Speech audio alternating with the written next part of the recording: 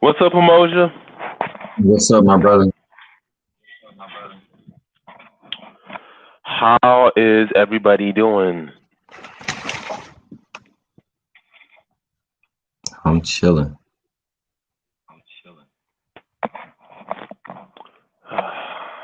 This is an interesting topic. This is a topic we're gonna be enjoying, so I'm definitely stoked for this one.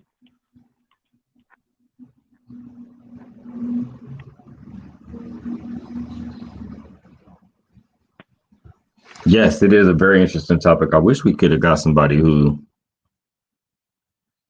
was wanted to stay, come and talk with us.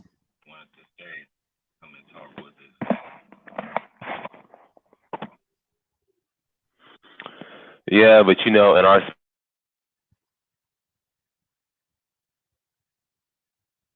and we already know that there's not the best circumstances. So it's gonna be hard to find people like that. Unless we find one of those Captain America Negroes or one of those Hebrew Israelites, maybe we could have done it.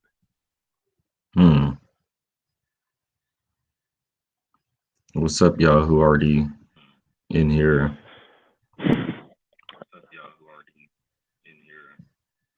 Is it echo on the show? I hear echo on my headphones. I need to whenever. Well, I'm using these headphones. Maybe I need to use my regular headphones or my earbuds if necessary, because I'm using the Logitech one. So, No, I'm hearing myself echo. Because I don't hear no echo on my side. Okay, well, that's all that matters. It could just be me, but I'm not listening to this. Yeah, it's all good then. All right, so listening. Go ahead.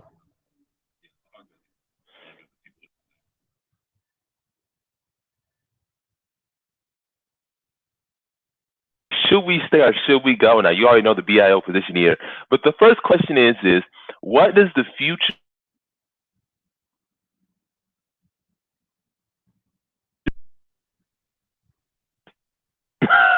Hold up, said, oh my God. We already know. You know how the militant integration is thing. But Umoja, answer that question. What do you think about that? Can you ask it again? You got kind of cut off. You said, "What does the future hold?"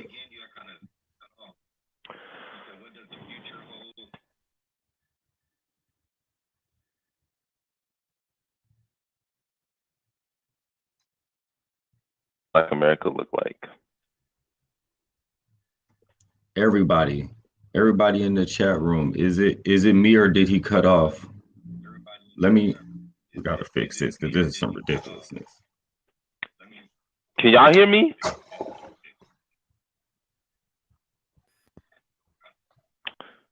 Hold on. Let me. I'm gonna take all these boxes. No, because I think it was partially on me too.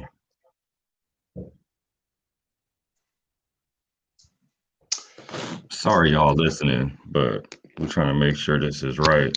Can y'all hear me now? Can y'all hear me now? Can y'all hear me now? Can y'all hear me now? Yeah, now I can hear you. But straight up, every time you went to ask the question, you cut off. I was like, oh my God. Okay. Glad that way y'all can hear me now. So the first question I said was, what does the future of Black America look like?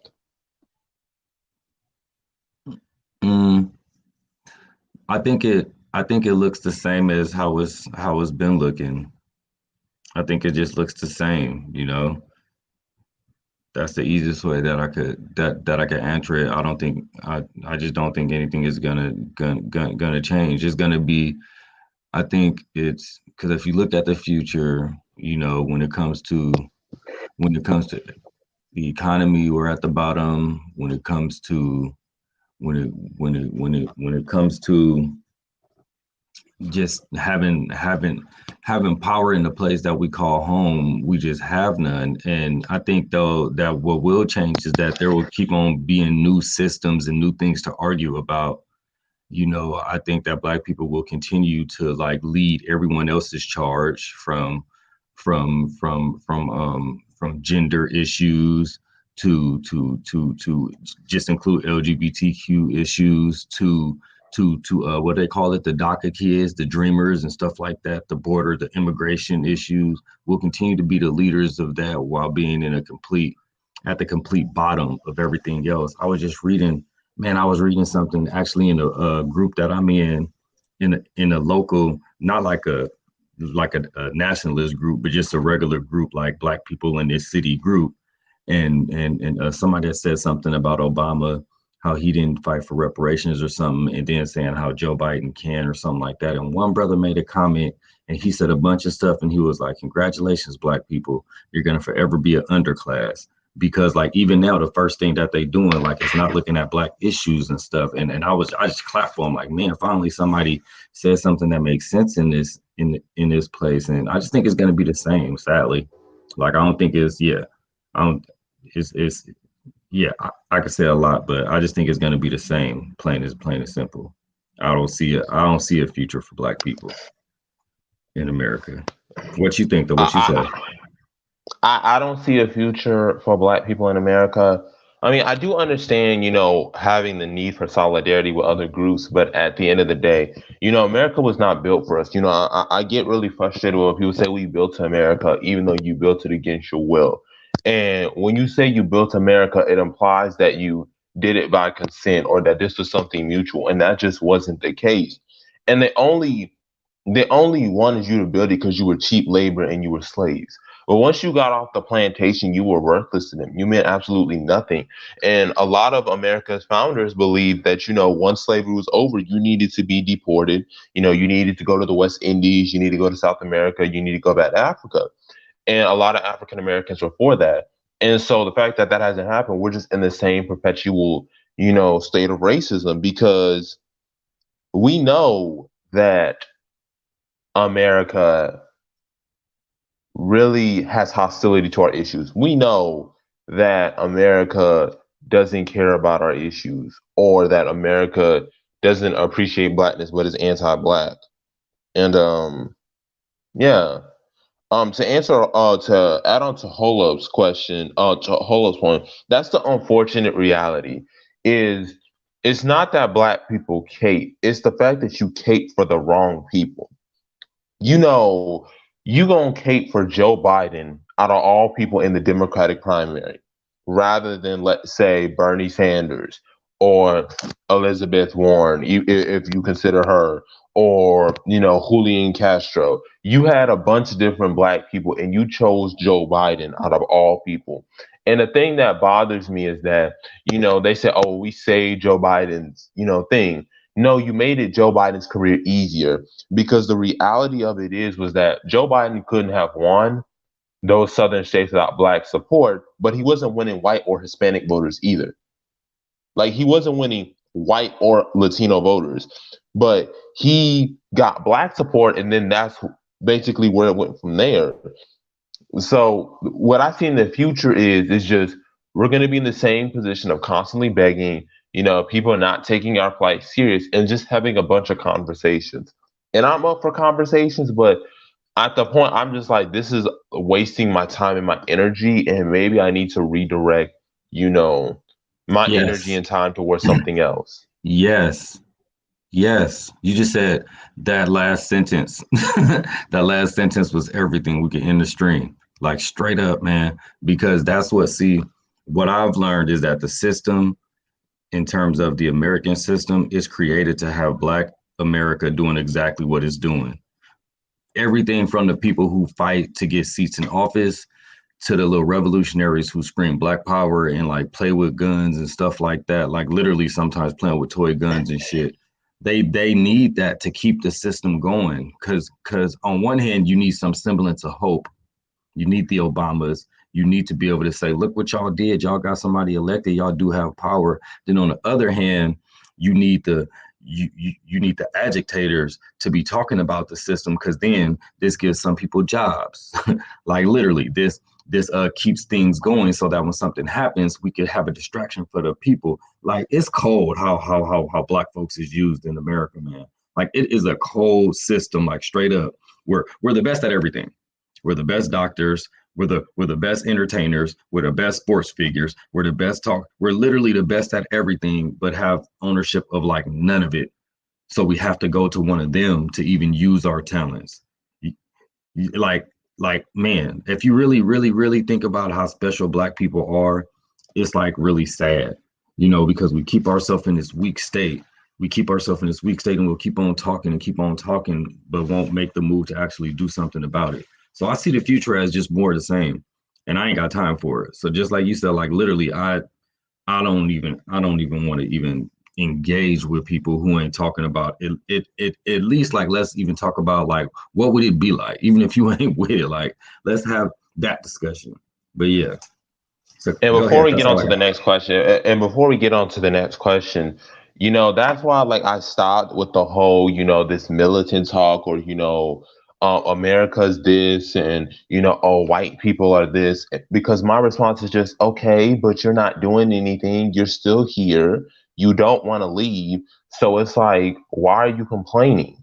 You're yapping your gums, basically trying to shame America into finding some sort of moral conscience when we've done that for how long and it hasn't worked. So I'm at the point where I don't care about that talk. Like, if you talk that way, I'm just like, I really don't really have nothing to say to you, because you're just a bunch of talk. And to me, that's what's irritable. When I see all of these posts talking about, oh, see, this is how, white people have done this. This is how, America has done this. But it's like, okay, but like y'all ain't doing nothing. It's not like y'all keep begging America to do right. And just, I don't have the time to keep doing that. I don't have the energy to keep doing that, or to hear that kind of talk. I'm just like, listen, I need to detox from the situation. I need to, have my sort of independence, my sort of, epiphany, and then move on. Um, but that goes to the next question, which is, who's to say that a move to Africa will be successful?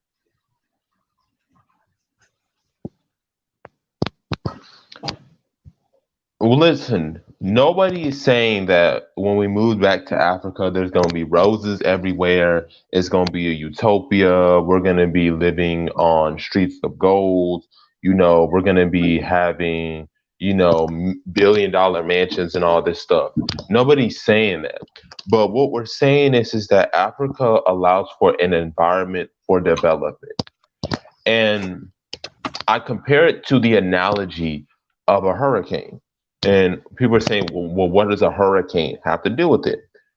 You know that in order for a hurricane or for tropical development to occur, you need warm water, at least above 80 degrees, little to no wind shear, little to no dry air, and of course, no land interacting with the storm system.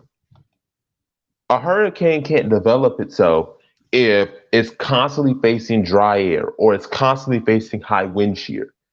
It can't develop to its full potential or to its full wind speed, because it has to spend so much time and energy having to combat this wind shear to stay afloat.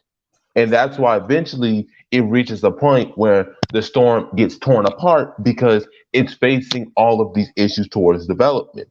Now, when we apply that to black issues, you can't develop a true black community with having discrimination on receiving loans, having to take out high amounts of student loans, higher than white students, and then having a higher percent interest. Having little to no wealth being passed down to you, knowing that you have to work twice as hard in order to get the same job positions or to get promoted. Your growth is being stunted because you have to put so much energy and time trying to overcome, barriers, having to overcome those issues. And that ultimately is what leads to, you know, those situations. Yeah. So the question is, who's to say that a move to Africa is going to be successful, right? Right? Wasn't that it? Or did we man shut up again?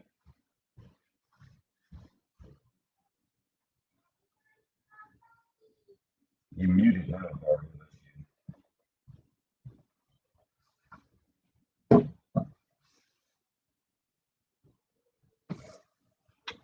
I got you.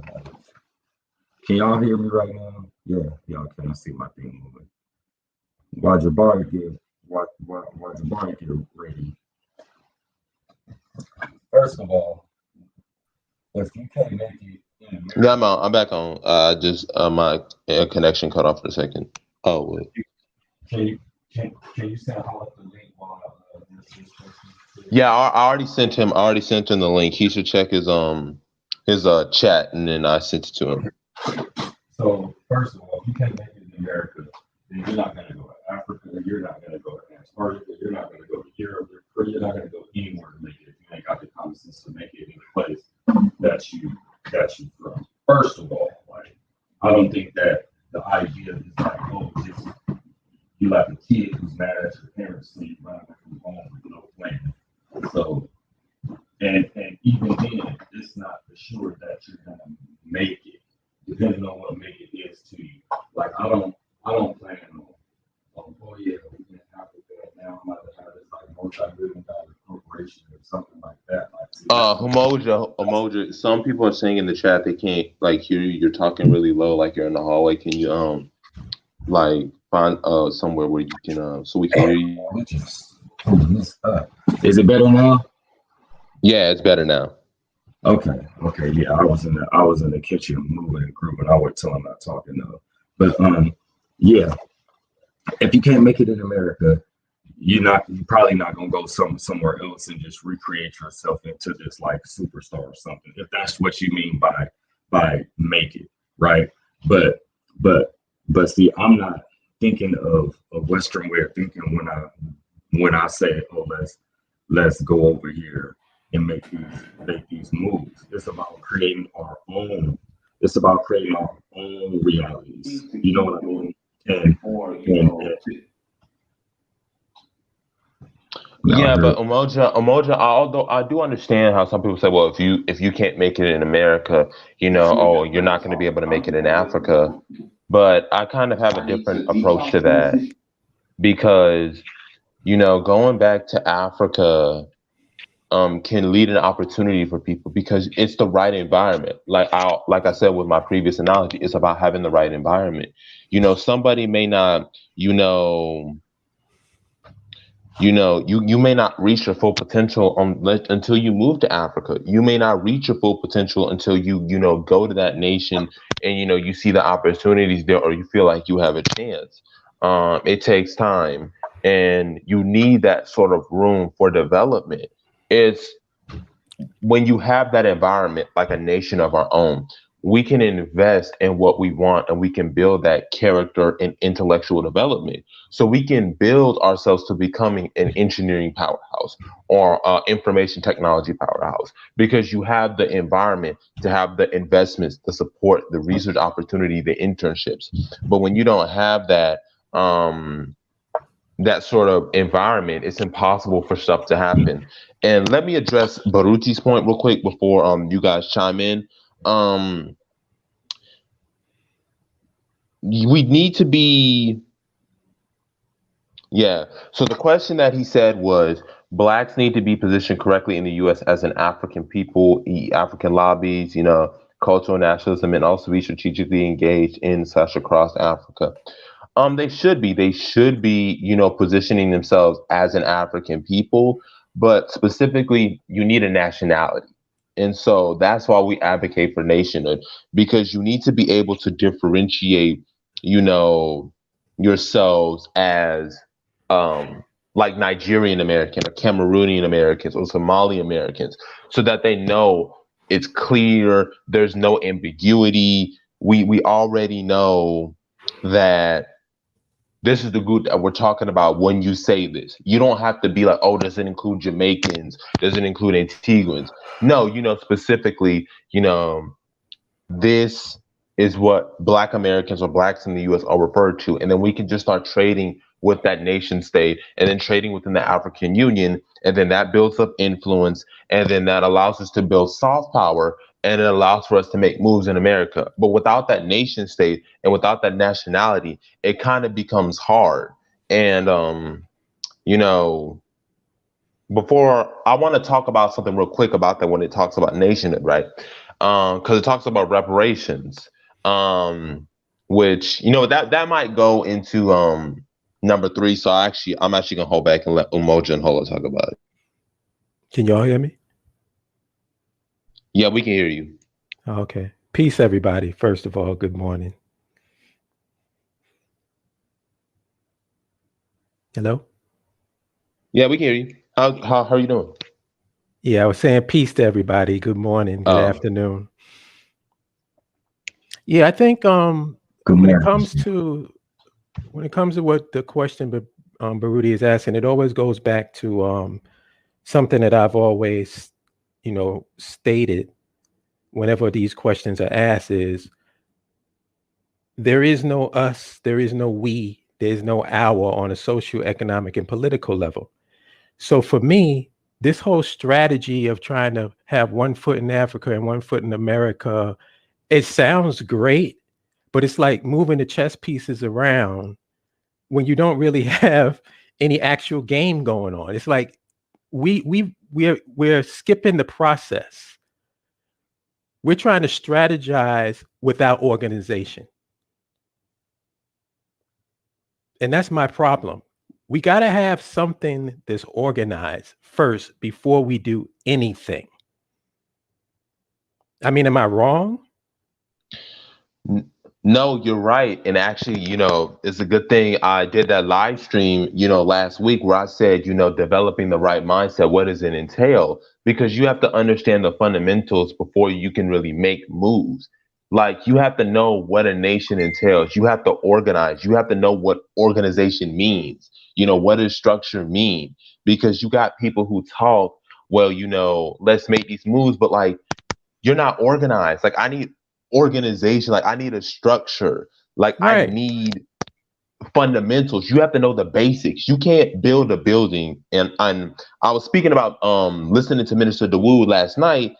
Everything that he says, I consistently say, you can't build a bridge and not have civil engineers or have a blueprint design or have, all of these measurements taken. You have to be organized. You got to have the blueprints ready. You got to have the measurements ready. You got to have the materials ready. And then once you got all that together, you can build something. But we trying to build something with no blueprint, no no materials, no engineers, and we just gonna build something. Yeah, we putting the cart before the horse. And that's my biggest problem. It's like we're constantly trying to play this 3D chess with white people. All right, let me put it simply. How do you expect to establish a nation state on the continent, establish satellite nations in America, form, some type of socioeconomic and political foothold in America and in Africa, when you can't even get people to sign up to a free fucking website? Please explain to me how you're going to get people to go over to the continent and do all of this moving and maneuvering when you can't even get people to do the basic shit, the basic organization. How many people want to have a fucking nation? Because that's all really signing up to the website is saying. It's saying, listen, I agree with the principles of the BAIO. I agree with Land Infrastructure Nationhood. I want to be a part of this process. That's all a sign up is saying. It puts you into the mix. It adds your talents or whatever your skill set into the mix to let people know, hey, this is what we want to do. If we can't even do that, then don't talk to me about building nothing in Africa, talking to African governments, doing all this other extra shit when we can't even do the bare basic shit. That's my problem. And then that goes into number 3, which is the question number 3 is, why do you want to run away from issues here? Wait, say that again? The question is, why do you, for all the militant integrationists, they will ask, why do you want to run away from issues here? You won't be asked that. You'll be told that you're running. And yo, Moja, you sound like you're in a hallway or something. I don't know. Okay, I'm gonna have to go in my room because I'm using. Go ahead. Somebody else can touch you first until I get right. Yeah, I cannot hear you. I'm just letting you know. Yeah, but compared to what? Like they accuse us of stuff, and then I'm like, well, what are you doing? If you're saying that we're running from something in America, what are you doing to directly confront what's going on in America? That's why it's so important that we control the narrative, because when they control the narrative, they can paint these straw men and these pictures this way. What are you doing? Have you formed? I am so listen. If people were legitimate on some do it right here shit, I would be in full support of them. How about forming an African American fund here in America where Black people can put their money into, invest their money into a fund on a monthly basis and get monthly statements? How about that? How about developing an African American political party? How about building an ADOS or FBA dirt road here in America? I'd be supportive of all of that. Exactly. But what are you doing? You're not doing anything except getting your ass kicked, and then you feel like there's some value in that. Like there's some righteousness in that. You know, I'm standing here in America and letting them whoop my fucking ass. So I'm blacker than you because I'm getting my ass beat. And to add to that, it's a twofold thing for me. It was like I was like I told Umoja before. I was reading a comment on Black Experience Japan. It was basically, should Black people leave America? And one of the top comments was, and it was from this Black woman, and she made a good point. She's like, I don't understand how come immigrants can come here and survive and thrive, and they're seen as success stories, but when we leave, we're considered abandoning ship. It's always for us. It's always when we leave, we're abandoning ship. But everybody can come here and be successful, and they're heralded.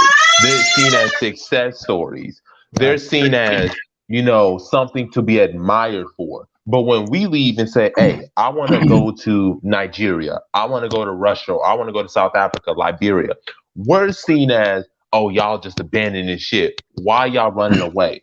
And then one of the proper questions that they person answered in the chat was, not if the ship is sinking.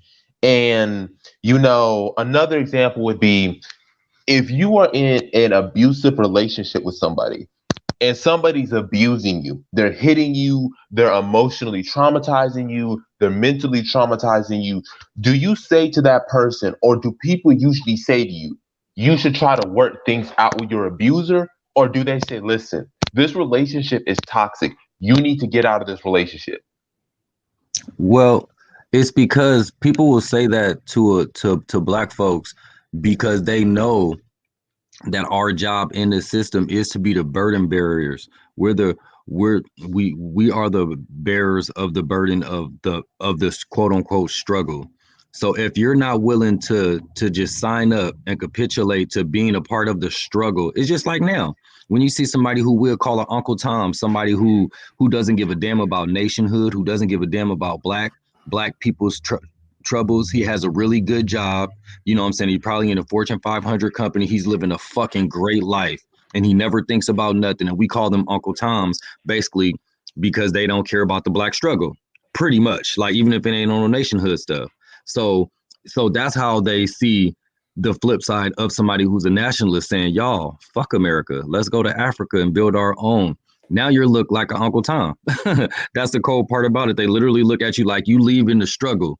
You leave in the struggle. Why don't you do something with your local community? I had somebody ask me that the other day. Mind you, I ain't already did all this stuff. Most of us have, to some extent, did community organizing and working with the people, and then was awakened to see like, oh, okay, y'all just playing. Y'all ain't really serious about doing nothing.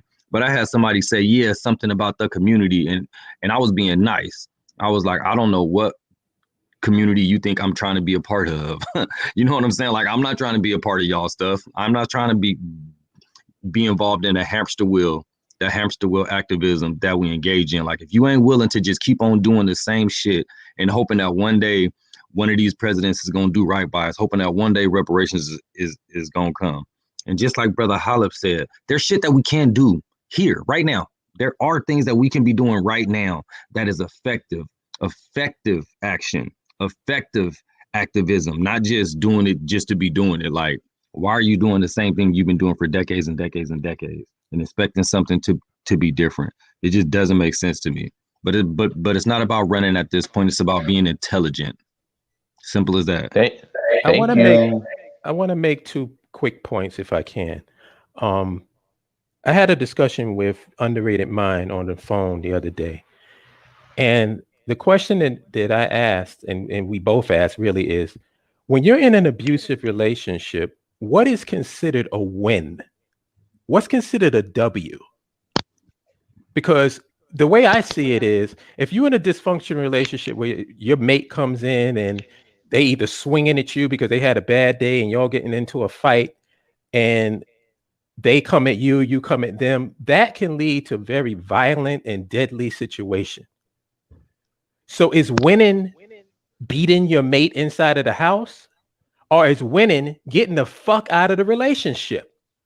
Thank you. Thank you. Hold up. Like, I keep saying that. Like, if you're in an abusive relationship, people are going to tell you, hey, you need to get out of this relationship. Not, oh, you need to try to work things out. No, they're saying this relationship is toxic and you need to get as far away from this person as possible. Or worse yet, instead of them telling you need to work things out, they're trying to give you kung fu instructions.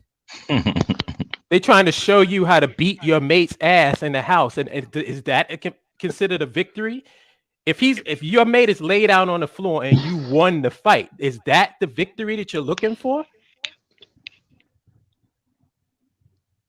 That's the problem. It's like this is my position is this, and I keep things real simple. Is there one fucking thing that we can all agree on and that we can all do right now? To me, yes. And that one thing is membership drive. How many fucking people want a nation of their own here in this country? How many? Because until we know that, all of this maneuvering and doing this Dr. Spock 3D chess shit means nothing. It's just a bunch of rhetorical nonsense. What are we actually? How many people want to have something built? How many people want to have their own socioeconomic and political context that they live in? I mean, look at right now. Hold up. You know what's worse? Hold on 1 second. Okay. I just want to finish this point. Look at right now, we don't have a nation state. But what's stopping us from developing our political system, from having principles embedded into the very, or I should say baked into the cake of our political system? We can do that right now. We can't come up with our political principles. Like what are our political system? How can we make it fair? How can we make it so that the people are represented? We can't do that now. That's all I want to say on that. Yeah, and hold up, to add on to what you were saying, I find it frustrating when now I remember. What is worse is you have people who know we need our own country, but they don't put the work in. And you've seen a whole lot. I've messaged you where I've given you comments where people have said we need our own nation, and they be getting 100, 300 likes. Right. Like, so we understand we need our own nation. Congratulations, when we gonna start doing it? Exactly. So you know that we need to have something of our own, but somehow, some way, we're not working that out. Like somehow we're not pushing. Like, hey, man, were you right? We need our own nation. What groups are out there that are dedicated to land infrastructure nationhood? Oh, the BAIO. Well, people by and large don't want to do the work, man. Like it's really that simple. People don't want to do the work. Like the more I look around, the more I see that people like even in the I don't know what it was. I think it was one of the sisters who already over on the continent. They had shared one of these Black Sick groups, and I'm looking and I'm talking about thousands of Negroes talking about going everywhere, all over the place. And I would just, you see, me, I'm like looking at it like low key getting in my feelings, like, why these niggas just want to go to Portugal? Why these niggas, you know what I'm saying? Like, what is y'all doing, right? Mind you, I'm not mad at them. I understand they just trying to get away, but they bigging up all these other places. So I was like, let's do this Africa thing, right? And it's like people are more interested in going somewhere that's already developed, whether underdeveloped, overdeveloped, sideways developed. The concept of actually having our own seems to be so lost upon us, especially you know what's even worse is that we are the only group of people that want to go where things are developed. Other countries, they're developing their infrastructure. Right. China's even developing Africa's infrastructure, even though they don't have to. Okay. Other groups of people understand that you have to gain soft power and influence. You know, the problem is with us is that we think that we can just run off to another country and just live out in the sunset. And that's you know what's so end. stupid about that? Infrastructure is how you get your fucking jobs. Exactly. How you want to come over to a place that's already developed? What the fuck? By building the infrastructure, you can have the white collar jobs and the blue collar jobs. That's the whole purpose of building up your infrastructure in your country, to create jobs for your people. This is why I say it's so frustrating for us because we're nationalists.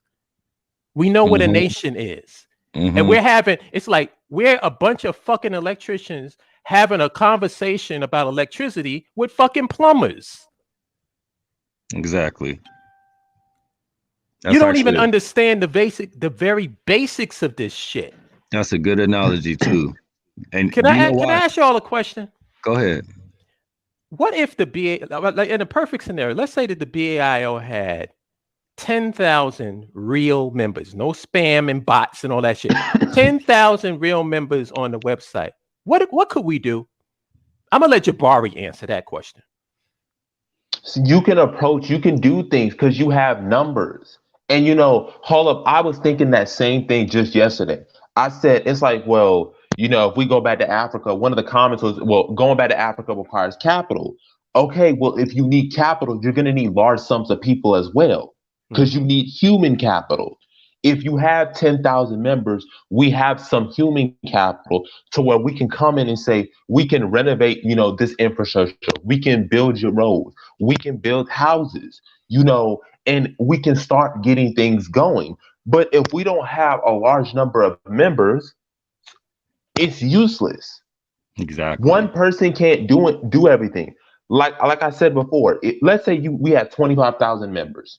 And let's say each person got $2, right? That's $50,000. That's $50,000 right there. 20, that's 500,000. 200, 200, that's 2 million, or that's 5 million. You see, and now we can start funding stuff because we have the money, we have a base. But you can't do that without numbers. And let me ask you another question, Jabari.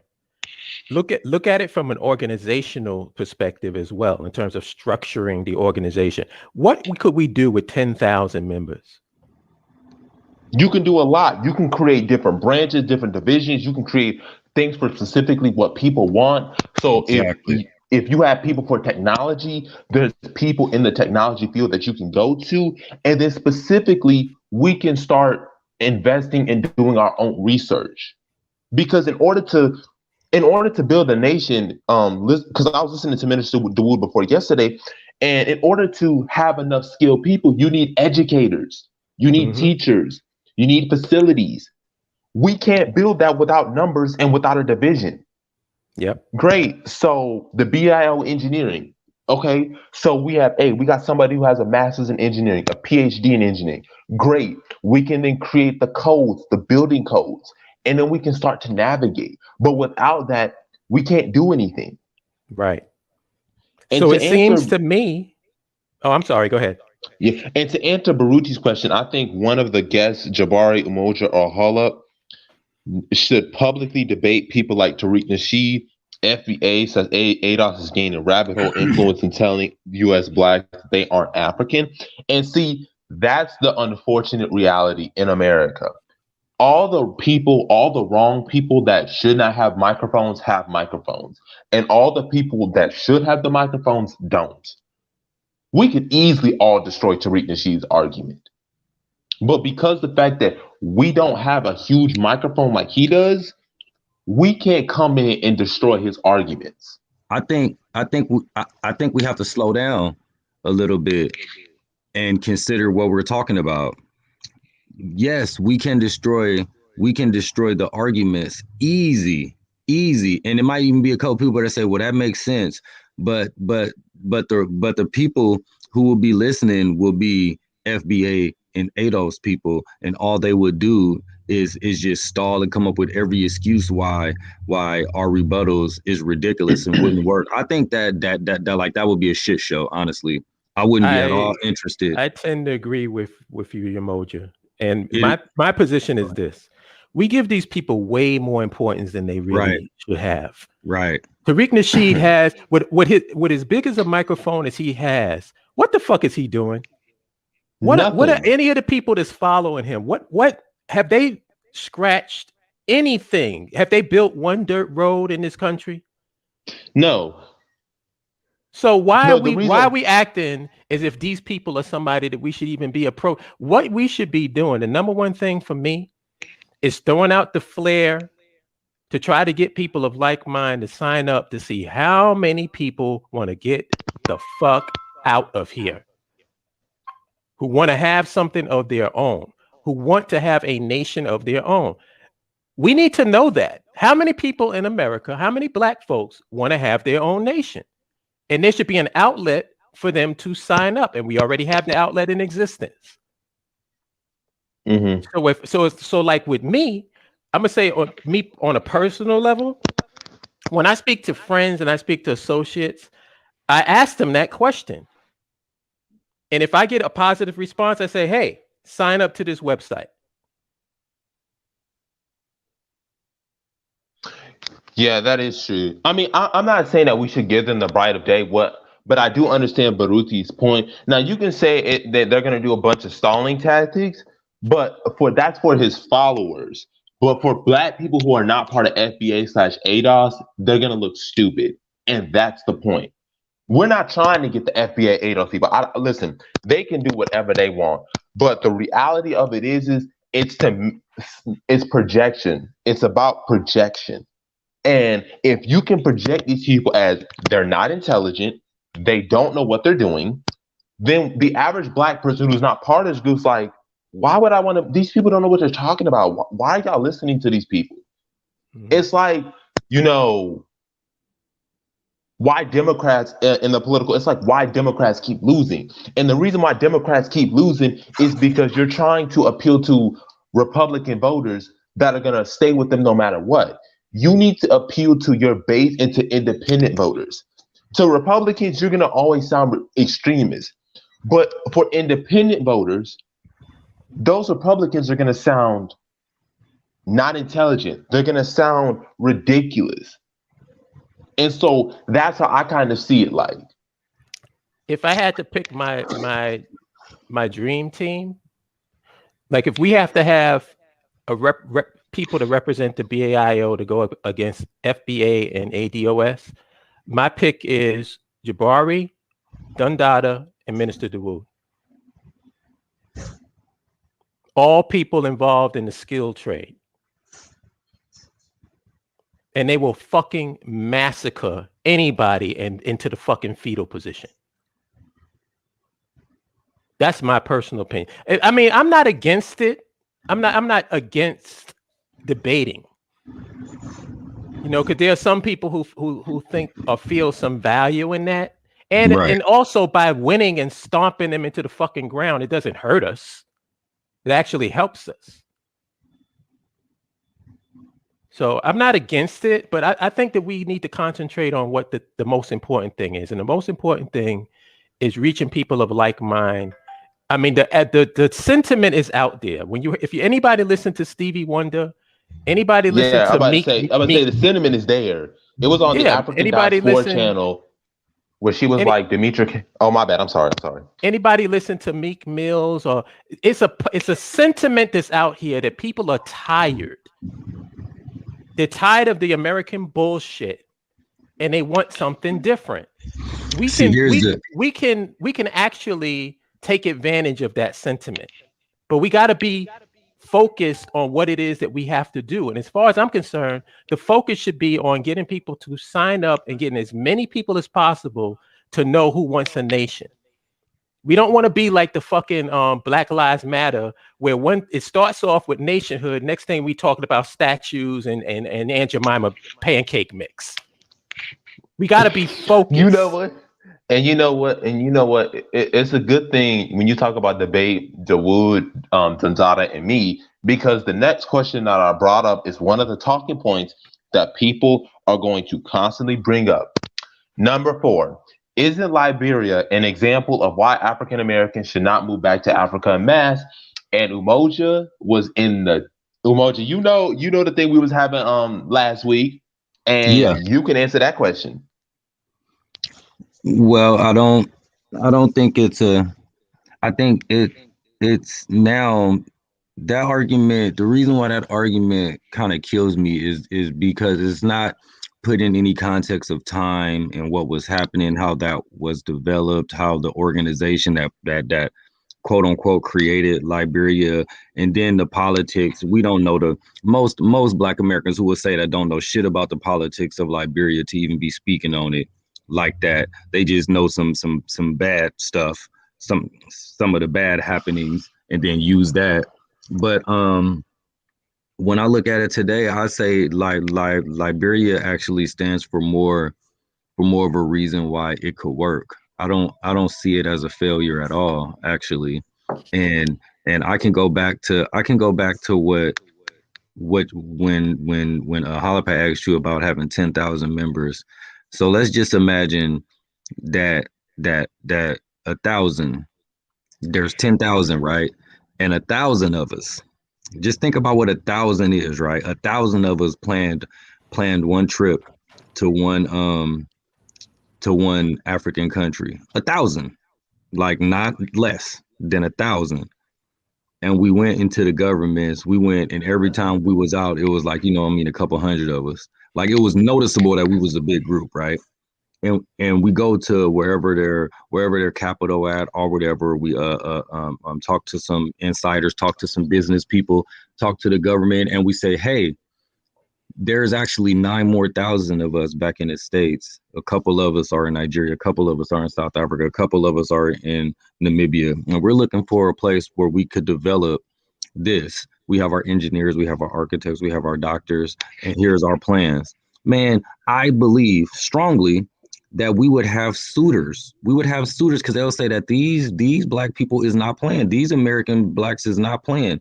Obviously, you're gonna have some people who gonna Africans who are gonna be like, nah, man, our people ain't gonna like it. They gonna think y'all blah blah blah. Okay, cool. Y'all not the ones. Next, but there is gonna be somebody who wants to support that. See, people don't have no fucking vision outside of voting and marching and stuff. Seriously, there's just no vision and don't have any belief in themselves, and they reflect that and project that onto us as a whole.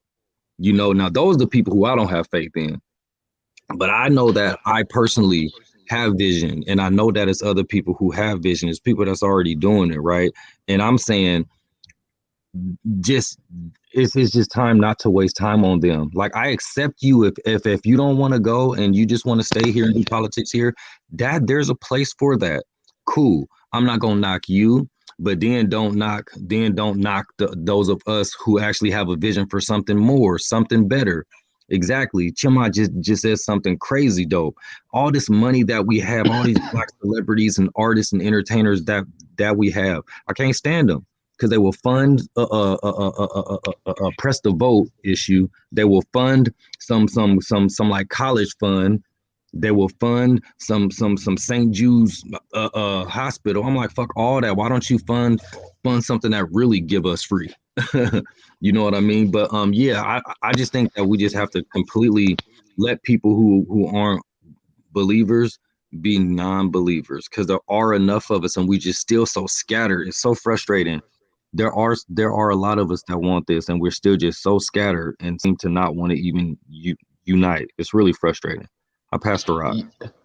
Yeah. Hold up. Do you want to answer before I go, or do you want me to answer? Answer what? The fourth question that I asked Umoja. Oh, what was it again? Is in Liberia an example of why African Americans should not move back to Africa en masse? For those people who keep saying, why we shouldn't go back to Africa, and they bring up Liberia. Yes, just like it's no reason for the Giants to play football anymore because they didn't win the Super Bowl. Just tear down the football stadium and stop playing football. See, we got this one and done mentality. It's like we always act as if something is so radically different from everything else that's going on. This is not unusual. Movements come, movements go. Some movements succeed, some movements fail. Everything is a learning experience.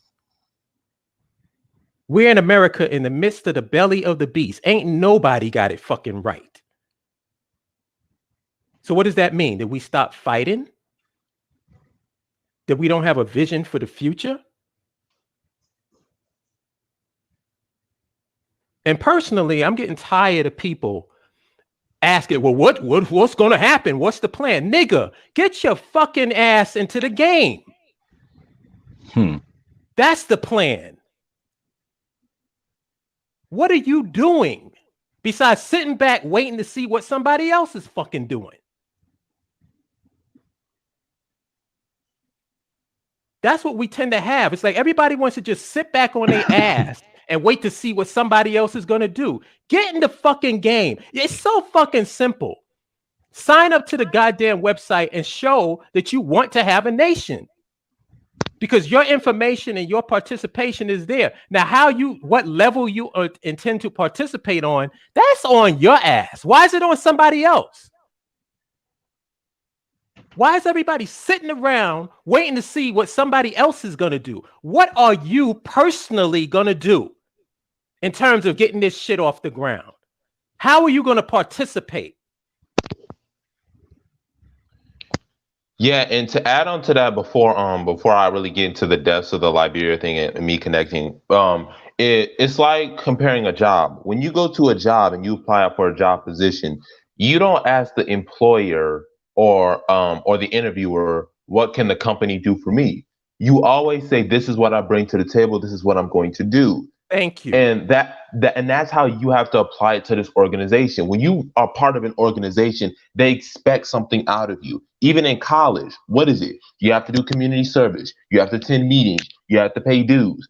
And the reason why they do that is because you have to be involved. You have to show people that, yes, I'm a member of this organization, but I'm an active member. I'm participating. I'm getting involved. I'm running for, e-board positions. I'm doing, reaching out to people. I'm sharing on social media.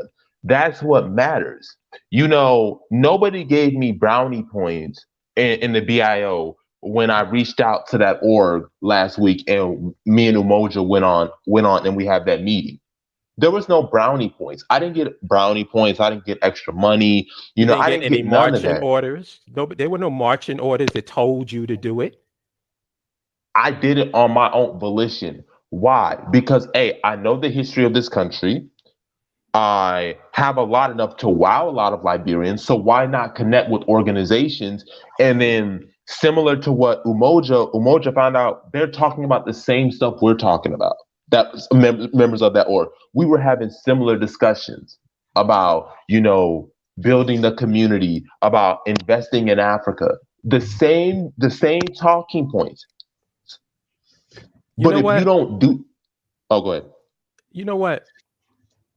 Minister is probably he's very familiar with this, and I've been in it for a while.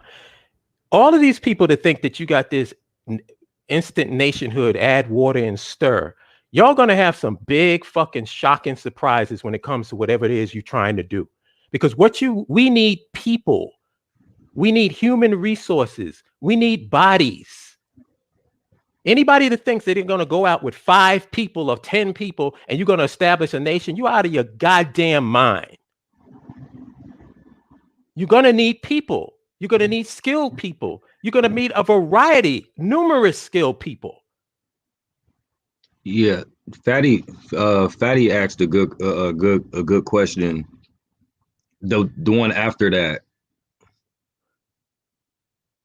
about signing up and then what, and that's what people are gonna say too. Those people, I don't really give a fuck about those people, because it goes back to what Jabari just said. You coming into an organization asking what the organization can do for you. That's what you're doing? What's your skill set? What's your profession? What is the skill and the talent that you bring into the group? And how are you going to utilize it once you get into the group?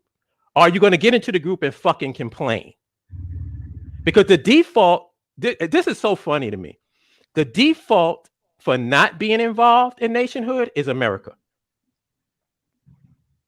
You notice that? Anytime people can jump in and out of organizations and decide, I'm not going to fuck with this, their default is usually America. Mm-hmm. It's just sitting there at night like a nice, comfy, sofa, just waiting for them to lay their fat ass in it. And Fatty Black, to answer that question, we can plan events out, but people got to attend them. We can't, do events and nobody shows up or nobody's willing to participate because we're wasting our time and energy, which is why organizations have demands that you do stuff, because we're spending our time reaching out to people, reaching out to organizations, going to Africa, possibly, in the future, meeting governments, and you have people who are not participating, they're not showing up. That adds a lot of anger to us because we're spending all of our time and energy doing this stuff for you, and you're not showing up, you're not participating. And you're not adding on. You're not adding on. It's like when you have people out here taking out time out of their lives to produce content about land infrastructure nationhood, to take time out of their lives to go to these meetings and live streams and try to push the narrative forward. And then you got other people that's sitting back waiting to see what somebody's going to do. What are you doing? How are you participating? How are you pushing forward the narrative? I think the second question is like ultra valid though. Can you highlight that one?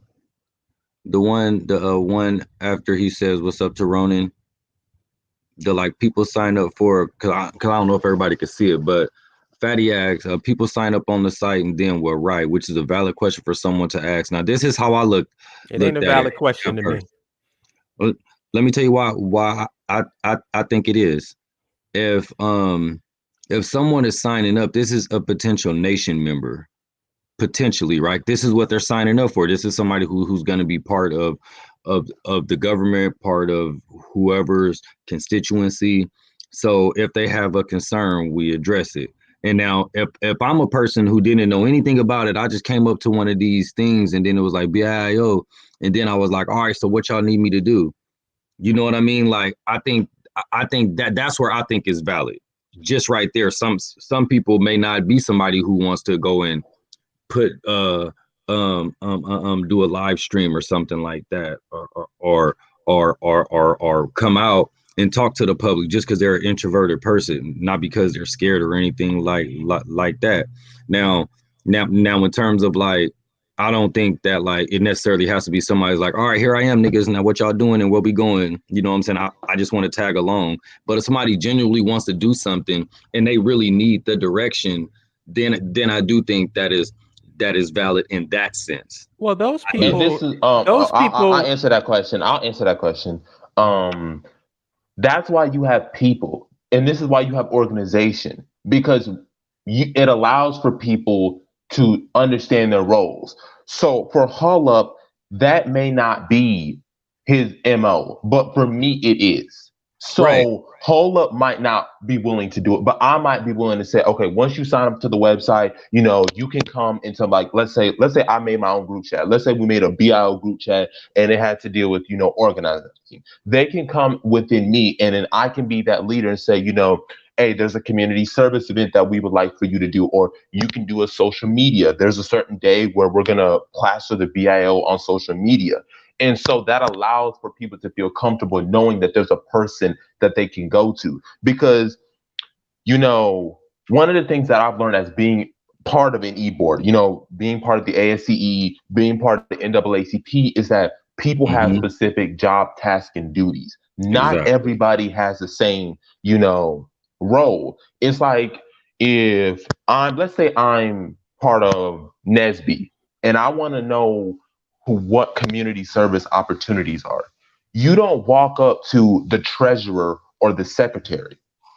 You walk up to the community chair. You walk up to the public relations chair. That's their expertise.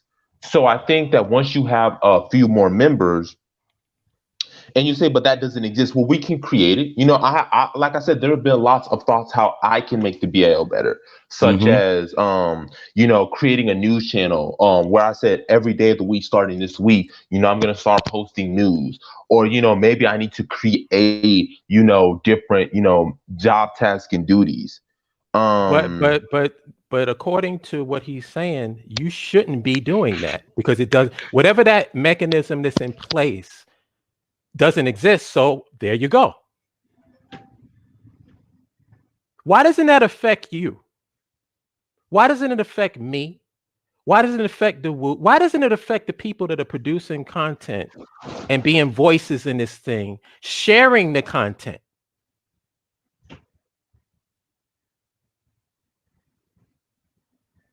You know what I'm saying? It's like, I don't know, man. No, I get you. Yeah, but I'll say, hold up. Let me just say one more thing. Is there a percentage of people who come into an organization and really want to know how they can contribute? Yes, but that's not what the percentage that I've been seeing. What I've been seeing is a bunch of people sitting on their hands doing absolutely nothing and waiting to see what somebody else is going to do. That, to me, that's not valid to me. I'm sorry, it's not. We have too many people in this organization that have stepped up to the plate and decided, oh, this is what I do. How can I contribute my talents to this organization? And they've done it. So what limbo are you talking about? I mean, hold up. I agree that there have been members, but you got to understand that it takes a certain type of person. And I think, like, as somebody who's done, like I said, who is an extrovert and is somebody who likes to socialize around people, I'm aware that there are some people who, like Umoja said, are introverts, or they want to participate, but they may not want to be like the go-to person. And it's like comparing, an analogy would be to your sports team, right? In order to win a championship, you do need people to participate. You do need people to, show up to games, show up to practice and put in energy. But you also know that your role players are not your superstars. Like, let me give an example. Let me give an example, though, because I got a great example, I think. And an example of people doing stuff is like, the members, we have a few members who are actually living on the continent right now, like not as a nation, but actually on the continent. They literally are some of the most introverted people. At least one of them I know is, the only one who does video. She has her own brand, so she like bigs up the BAIO, but that's when like one of us is mentioned or something like that. Talking about Gina, right? But then you got Naija, and she's over there really doing good things, man. And she's so shy. Like, I talk to her every now and then, and she's like, I know I need to come on and talk more, but I'm just so shy, shy. That's the thing. That's the thing. You know what I mean? Like, we do got people. That's the thing, Umoja. I'm not expecting everybody to do the same thing, but what I'm questioning is the mindset. Mm-hmm. The mindset has to not be, what is this? Oh, I don't see this. This is not what's going on. I done been around all of that bullshit for too long. And I know it for what it is. but y'all have seen personally people come into Yamoja is the perfect example. What was the mechanism in place that got you to where you are now, brother? Besides your own personal passion and saying, I want to be a part of something. That's it. That's what I'm saying. I'm questioning. And if you don't have that as your mindset, I really don't give a fuck about what you feel somebody's doing or not doing. I personally don't give a fuck. That's just me. Because nobody that I've seen that's a tangible, active member does that stupid shit. They get their ass in and they say, all right, this is a void. All right, let's say that there is a mechanism that's missing. If you're bright enough to point it out, are you bright enough to fix it? Man, I like now that part, what you just said, I love. I love, because that is encouraging. If something is not there. See, here's my thing. Personally, like how you said, on a personal level, I don't give a fuck. Man, we so much there, like straight up. When it comes to me personally, I don't even want to say how I feel, because people be like, damn, Emoji, your name mean unity. You know what I'm saying? But straight up though, like on a personal level. Now, in light of BAIO as an organization, though, I'm a little more lenient. Because I remember coming into organizations and wanting to do stuff. I remember, you know what I mean? I done been a part of some, and I'm sure you have too, big bro. You just more seasoned when it comes to it, so you get it, right? I'm slightly a little softer around the edges when it comes down to a BIO as an organization, and like actually being there and having something to help people. Now, I don't have the answer to what it is, but I'm just slightly a little more softer on that thing. Personally now, man, amen. Like, fuck what you talking about. Like, you either with it or you not, straight up. But when it comes down to the BAIO, if I was speaking for the BAIO, I'm a little softer when it comes to that. I'm like willing to listen and be like, all right, what you want? And then it'll probably end up being like, I come back to how you say and be like, man, fuck you. Can I ask Yamoja and Jabari a question, and I'm going to keep my mouth shut. I just want to hear the answer. No, you're good. What's the plan for somebody coming into the BAIO? Go ahead, Jabari. First, I would say sign up to the website.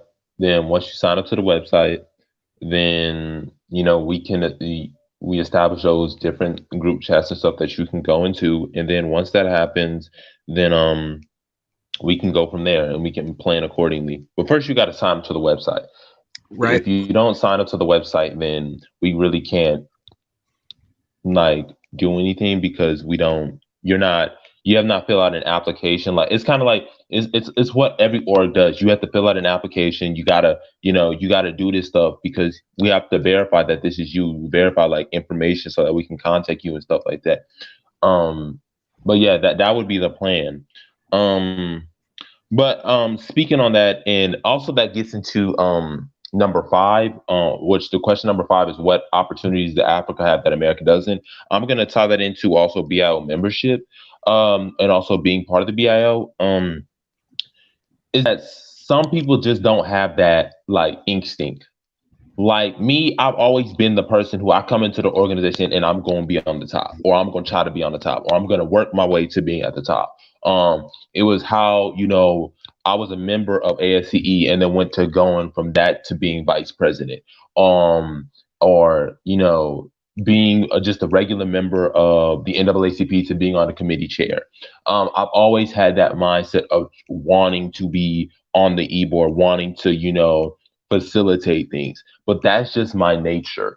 And I think that, I know a whole is really harsh, but for me, I'm very lenient on people, and I do sort of want to emphasize people's development. So, I want to be that mentor that helps people, guide them along the way. If they need assistance, if they need to figure out what they need to do, that's what I'm for. It's like what I compare to a basketball team. Everybody has to participate, but realistically, you're going to have your reserves, the 2 or 3 people that are not going to play. And then you have the superstars and the stars who are going to come in, night out, and give you 25, 30 points, 10 rebounds, assists, steals, defense. And that's how I see it. I see myself like I'm that guy that's going to develop you. I'm that guy that's going to educate you. I'm that guy that's going to work with you. That's going to, I had a friend before who she would constantly ask me questions and I would answer her questions. I'd check up on her, but that's just me. And that also ties into what opportunities that Africa has that America doesn't. And that comes to that development.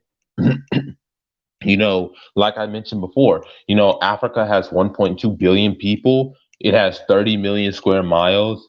It has 54 different countries. It just signed in the AFCFTA, a live stream that I did earlier that sets a market for $3.4 trillion. Um, particularly for ECOWAS, since I've been focused on Liberia, and that's specifically where I pinpoint at. ECOWAS has 338 million people, $648 billion of money, and it allows for that development. Because let's say you're a Black person in America, where okay, you may not have the capital, but you have a degree in civil engineering, or you may have a bachelor's, a master's in electrical engineering. You can go to that country and you can be a resource. There are many doctors in America. They did an article that are unemployed, but there are places in Africa that need doctors desperately.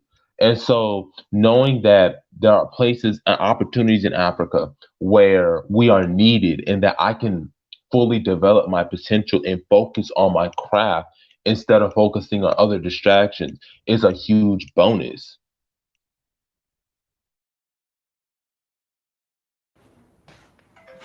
What question am I answering? What's What's the plan? The question was, what opportunities does Africa have that America doesn't? That was the fifth question, but we can also we can talk about that later. I can be quick on the plan. So the plan is to get together and get to know people who think like you, and as you're doing that, develop the plan, because there is a plan. There definitely is a plan, but first and foremost, it's about getting together with people of the same like mind. And I think the problem with the plan is that it seems to keep going to be like, because we are people who is raised to think about our damn self. So the first thing we're thinking about is, one, myself. How can I help myself? Two, what am I going to get out of it? Myself. Exactly. Three, this is what I want to do. This is what I think needs to be done. Myself. So we always thinking about our damn selves instead of thinking collectively. So that always gets in the way in some sort, even if it's a quote unquote righteous thing, right? Like it's always like our own selves, our own ego. Now, in terms of what do Africa give that America don't, first of all, it gives a whole lot of Black people. That's like a plus for me personally. Second, when it comes to tangible things, something that I learned from just getting to know so many people, whether Americans who are on the continent or continental Africans who are in America or just from online, is that everything that we may do for work here, like especially if you have a skill or if you have a certain level of education, it's needed on the continent. And that's just where drive come from. That's where drive and vision come from. And that's what I meant by what I said. Like, if you're not making it in America, you just can't expect to go somewhere else, whether Africa or Europe, and think that you just gonna all of a sudden get this like hustle bone in you. Like that shit. I don't believe in that. I didn't seen enough to not believe at all that you could be a lazy poo poo and go somewhere else, and all of a sudden now you just all of a sudden got all this motivation. I don't think Africa gonna do that for you. Shit, honestly, I don't think if you got a hustle bone in you ain't gonna never make it over there in the whole first place. Honestly, but so I don't think that really matters for the people who get there. But yeah, I think that's something that we don't realize, is that like for instance, I got a master's in social work. I'm a carpenter. I'm trying to be an electrician now, actually. I'm trying to be, because I see that being much more beneficial. And I'm a certified personal trainer, and I got all kind of like licenses in drug and alcohol and all this other stuff, right? I got so many different skills and so many different arenas that I know I can go over there and make something. Like a business of my own, or like help like a private African company that's already doing it. I know that, so I think that what we don't realize is that now here, right? I have to hustle and bustle and try to find the best job with the best benefits, and you know what I'm saying, who got the highest salary, and oh shit, it ain't no work now. Now I'm laid off and here. So here you gotta, everything is like a hustle on top of a hustle, compound on top of like capitalism. Whereas there, depending on where you go, you can go somewhere and create the job that you have. Like this is why I want to get into electrician that I'm trying to get into, because I feel that you could teach anybody carpentry. You could teach anybody, get a hammer and here's the angle that you need and go just put that together. You know what I mean? Kind of fairly easily. You could like give instruction, but when it comes to electrician work, that shit is special. You know what I'm saying? You just can't tell somebody, oh, put the blue wire here and the green wire there, and then you got to make sure here's a little thing and here's how you read the energy. I don't think you can just teach that. Much more beneficial, and you learn so many different things. So I think that that's what's there that we really aren't tapped into. We're really not tapped into how many opportunities is actually there. You know, we just think that it's like we have these westernized ideas where you got to go and then where I'm gonna get a job. Like I hope that's what most people is thinking. Like how I'm gonna get money. I hope people don't just think they're gonna go to Africa and they're gonna just eat a bunch of fruit and shit and everything is gonna be okay, right? I think I actually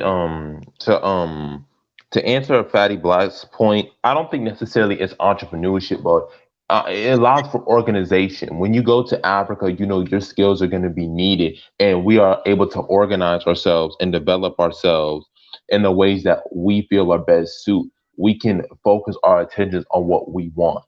Our needs are not at the center of it. So you, like I said, you may not be the entrepreneurial person, but you got somebody who, some African Americans that want to start a business, and then you can, you know, work for them. You can, you know, do research for them. You know, we can become teachers. You know, because there's a need for teachers in Africa. There's a need for universities in Africa. There's a need for research in technology, nanotechnology, microbiology, and so that's what really allows for it. Now, for me, like I said, I don't believe that you can. I have a different approach to that emoji because it really depends. If somebody they are hustling, but they still struggling and they can't make it in America and they feel like their best opportunity is in Africa, I think they can still thrive because they still have that drive. It's just America makes it difficult for them to get over the hump or try to stay above water. So I do believe that you can be struggling in America and then go somewhere and, you know, thrive in Africa, because how many stories does America constantly bring of people who only have $300 but they became a millionaire? They love plastering that, and so I don't think that if we go to Africa, it would be any different. That we wouldn't have people who, let's say, were struggling or living in poverty in America, and they ended up creating a Fortune 500 throughout all of Africa, or they created a stock exchange. I think that would be even more likely to happen.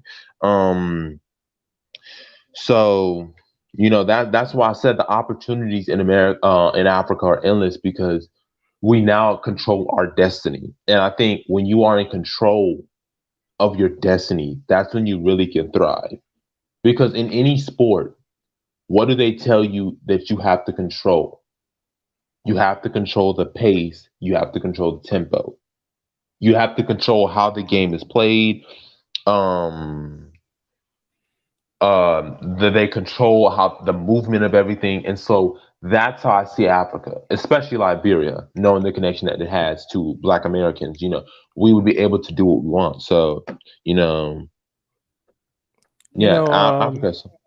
I apologize if I come off as an asshole, but you're dealing. Just me on a personal level.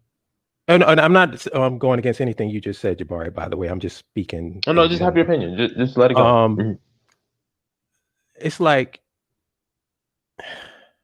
do y'all remember that when all of these African Americans repatriated over to Ghana, and then by osmosis a nation was formed? Do you remember that? Mm-mm. Oh, I don't feel bad because it never fucking happened. See, this is the problem. I know I'm speaking just for me and where I'm coming from. It's all about organization for me. It's about forming something tangible and concrete. And to do that, you need people. Bottom line. So what I'm concentrating on, anybody can concentrate on whatever they want to concentrate on, and that's cool and that's fine. But when you hear my content, what you're going to hear me talking about is signing up to the BAIO website so that we can find out how many people want a nation of their own. Because I think that's important. Before you start making strategies and plans and goals, maybe you should find out how many people actually want this shit. Because I think that's part of the problem. Everybody keeps talking about we, us, and our. There is no we, us, and our on a socioeconomic and political level. Doesn't exist. All I'm saying is to make that thing exist, to get organized, takes so little fucking effort. Because once we have the numbers, then we can get the organization. Because why are you looking for marching orders when there is no leadership in the BAIO? There's no person to take marching orders from. So who are you looking to? That's why I want to hear people say, well, what is the this and that and whatever. What? Who are you talking to? You're talking to the other members?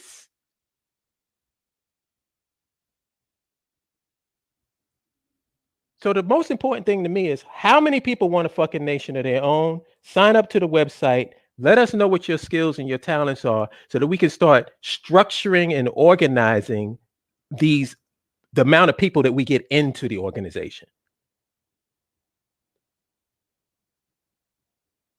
Because 10 people going to the continent ain't going to do it. And watch, even if you have 10 people going to the continent and they think that they organizing something, they're going to have to pull from other people. They're going to have to try to get other people because you need numbers. What, you're going to have 10 people building building a city by themselves? So no matter how you slice it, you need people. And so my goal is to find out how many people want a nation of their own and to get them to sign up so that we can have those pool of people or that pool of human resources to pull from and organize from. That's the plan as far as I'm concerned. Because anybody thinks like people want to negotiate and land deal. Who's negotiating? Who's doing that?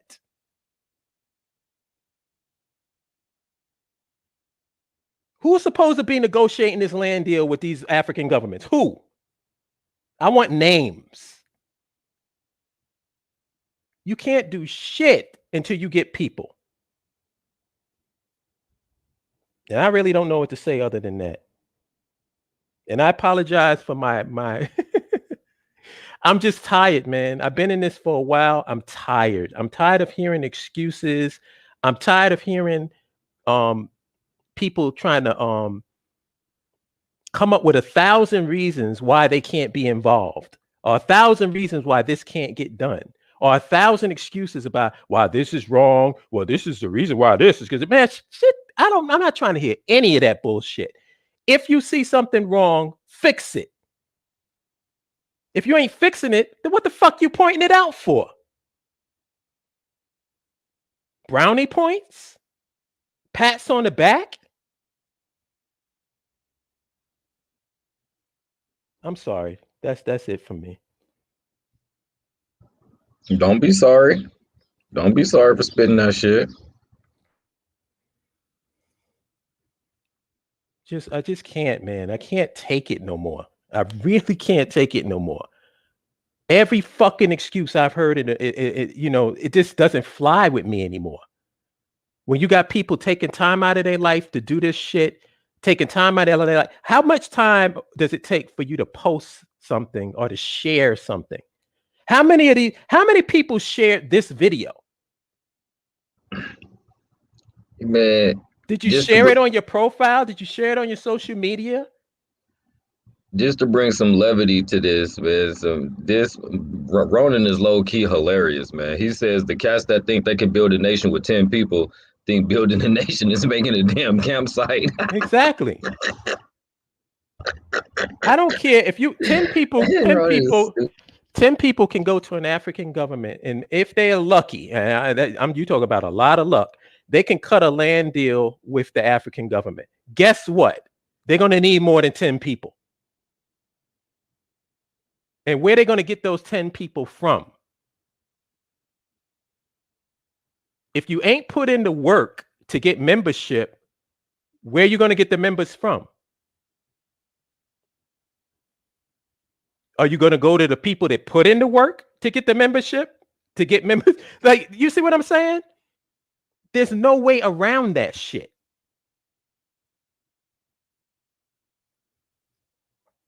You know how when you like, if you ever been a part of a local or national organization, and they like, they're into politics, they into what's going on with police brutality, they would like feeding the people, they would like educating the kids. They say we got to hit up everything from like all aspects. I'm slightly similar to that when it comes to nationhood. I think that we need people who really want to be free on the continent. I think we need them in the continent. And then what you're going to get is you're going to get a bunch of people. There are communities and there are very small African American communities in the Gambia. There are communities like that in Tanzania, but they're just happy to not be in America. They're not thinking about having their own. I've talked to these people. They're completely okay and comfortable, and they live in really good lives by just not being in America. However, there are some of us that go over there by ourselves with our family or even solo, and they're struggling. They're struggling big time because they over there and they feel by themselves. They may not know the language well, and not because of lack of planning, just because like, hello, if you wake up support system. Exactly. They have no support system. So those are the people that we need to get together. We need to get together with those people. But I think that the most important thing is getting the hell away from America, because talking about nationhood while still being in America is still a tough sell to me. Yeah, and that's part of the like. I mean, it is true, but it is true. But also I would ask is that one of the things that a lot of African Americans don't understand is that even when you go back to the continent, other groups of people and other groups of people when they move in the thousands. It's never like there are 5,000 Koreans living in America. There's like 4 million Koreans that live in America. They're in the millions. They're not in the hundreds. They're in the hundreds of thousands. And that's what we mean by nationhood. We can't establish satellite communities if there's only 100 of you. We need 10,000. We need 20,000. We need 30,000. We need those numbers. Because without those numbers, you can't do anything. Hey, and also here's the thing that Black Americans need to understand when you go to the continent. You have to understand their politics. You're not 100 Black people is not going to be enough to sway an election or cause an African leader to take you serious. But let's say there was 50 to 100,000 of us in Ghana or Guinea or Ivory Coast. We would have enough to swing an election. And that would allow us to have power. But you can't have power without a strength in numbers. Yes, quality matters, but you also need quantity. Can I ask you a question, Jabari? Yeah. How many African Americans are in Ghana? I would say about 5,000. But roughly 3,000 to 5,000, based on what they were able to come up with their census. We don't know a total because there's no census, but a rough estimate 3,000 to 5,000. Okay. What do you think that those 3,000 to 5,000 could do if they were actually a unified group? They could create a community. They could create a community to allow other African Americans to come in. They could be a gateway. And politically inside that nation, wouldn't they have some clout? Mm-hmm. They could serve as a demographic, and especially if you concentrate in a certain area, you can swing an election. Right. It seems like we don't want to organize for some reason. It seems like every time you broach the subject of organization, everybody comes up with an excuse, or everybody comes up with a deflection or whatever. What is the problem with organizing? Why are people why are they so against that concept? They not. People just want their ideas to be the one that spearheaded. Oh, Jabari fell off. I think he fell off.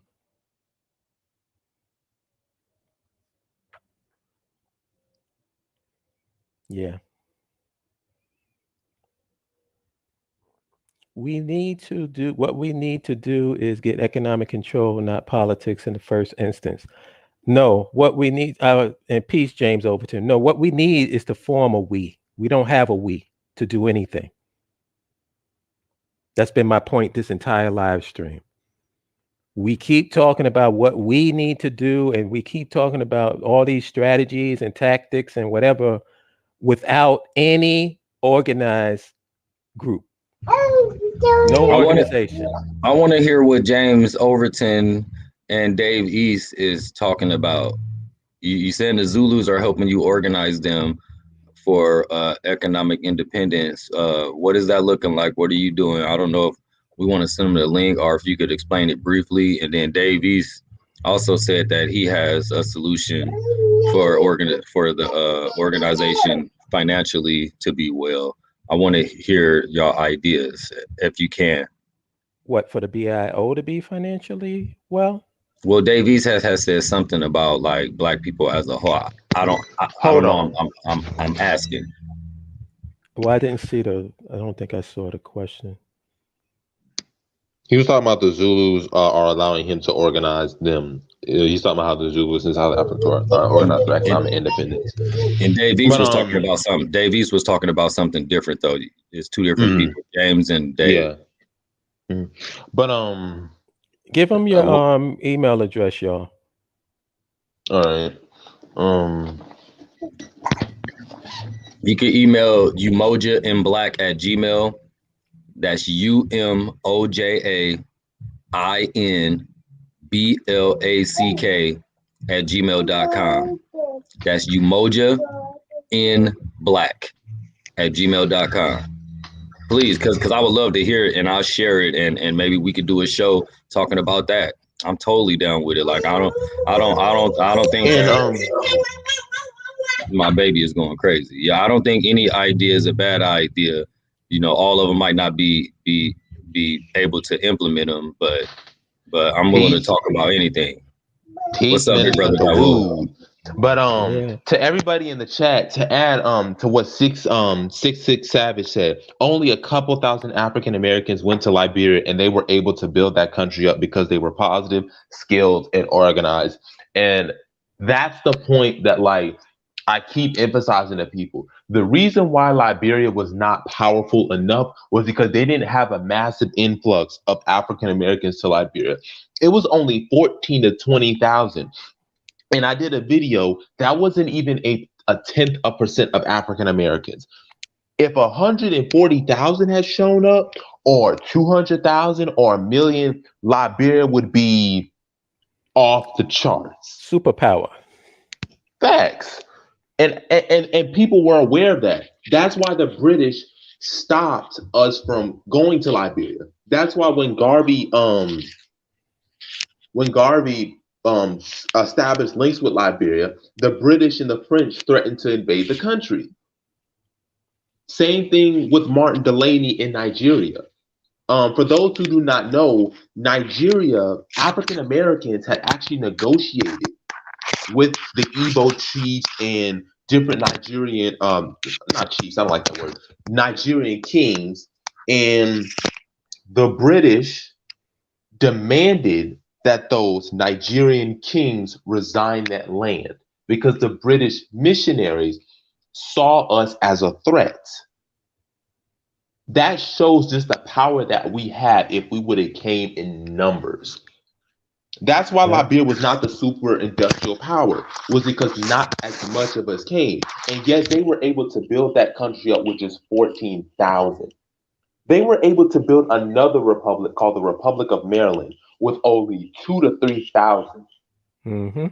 Because these people, like he said, they were positive. You know, they were positive, but most importantly, they were skilled.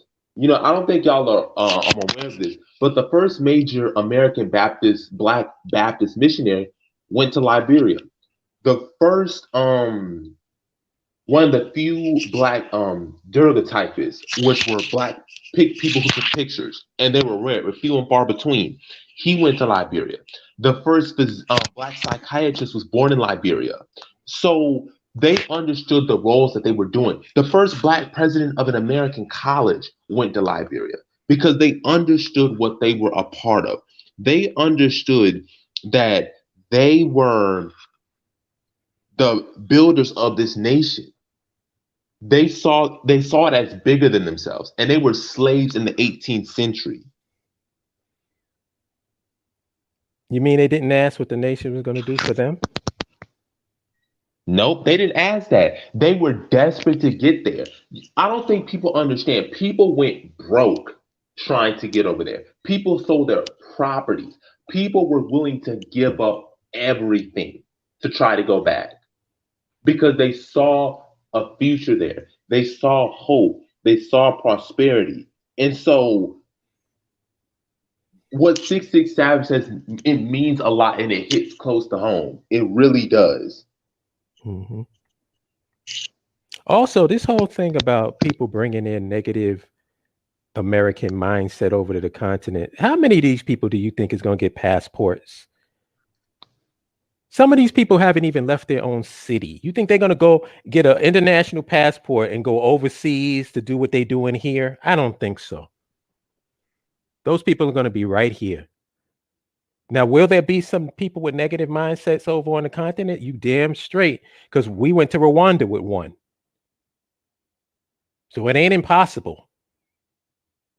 But I don't think that that's the narrative. I don't think that's the dominant demographic. So I'm not as concerned. And in a lot of ways, bringing your Western mindset over is actually a good thing. People want to make that into a pejorative, but it's actually not. You know what? And to add to that, that's one of the things that people always talk about Liberia and how Liberia went wrong. No, the thing about Liberia that went wrong was because it was inequality. It was classism. It wasn't tribalism. It was the fact that the natives did not have access to equal opportunities. That's the lesson that needs to be learned so that we don't make the same mistake twice. Not the lesson to be learned isn't, oh, well, that's it for nationhood. That's not the lesson. The lesson is what went wrong? What was it that caused the situation to not be 100% successful? And how could we fix that so that it's successful the next time? That's what people who are about power do. It's not one and done. You lost, so why play? You lost, so what the fuck are you even participating for? That is the language of a fucking loser. And forgive me, but I don't like losers. I don't like being around people who embrace a losing mentality because you're never going to win with them.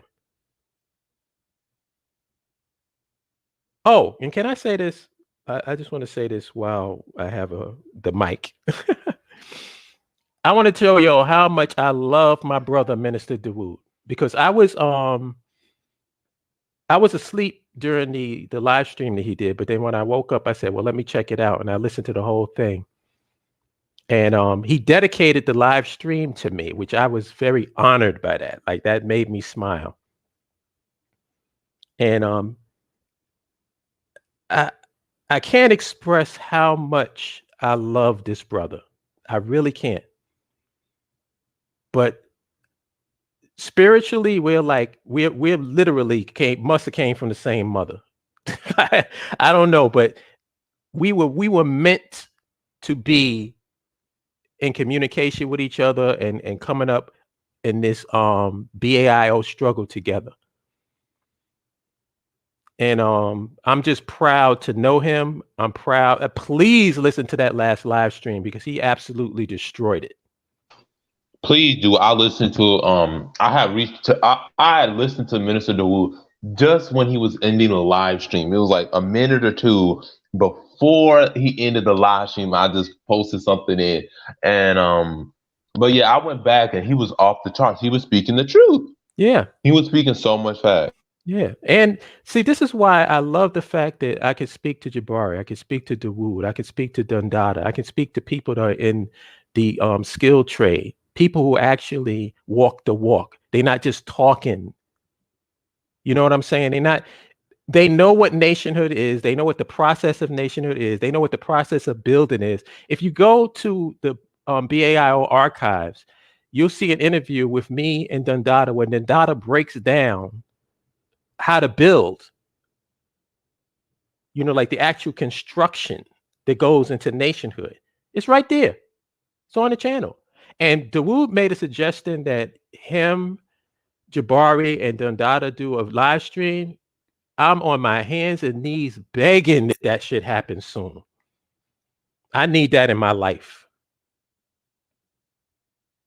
I need that in my life. And like I said, I would pick y'all three to go against any of these FBA, FBI, NWA, WWE Negroes, whatever they fuck they calling themselves.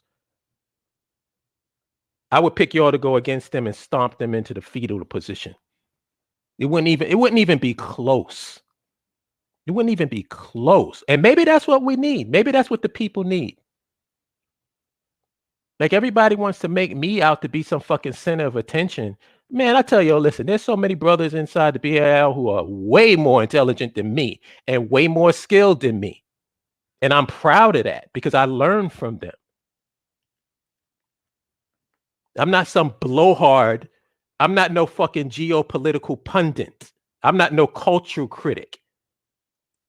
I'm not the editor of the Daily fucking Bugle, where I'm in love with my own goddamn voice and nobody else can talk. I love the fact that we have so many bright, talented brothers and sisters inside the BAIO. Because now you can't just make it a hollop thing, you bootlicking, butt-licking niggas. You bitch-ass niggas. Because that's what you tried to do. Sorry, didn't work. Because this ain't about Hollop. It never was about Hollop, ever. What it's about is us collectively and what we're going to do going into the future. And that's not relevant upon what I personally do in my life. Because let's keep it real. None of y'all niggas who ain't going to the continent is going to make a drastic decision because I did. I already been there. Y'all still ain't been there.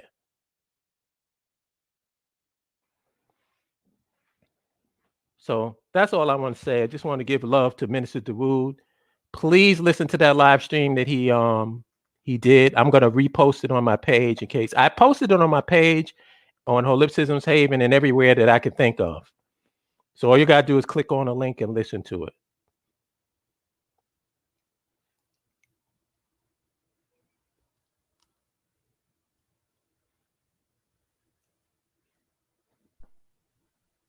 Hold up.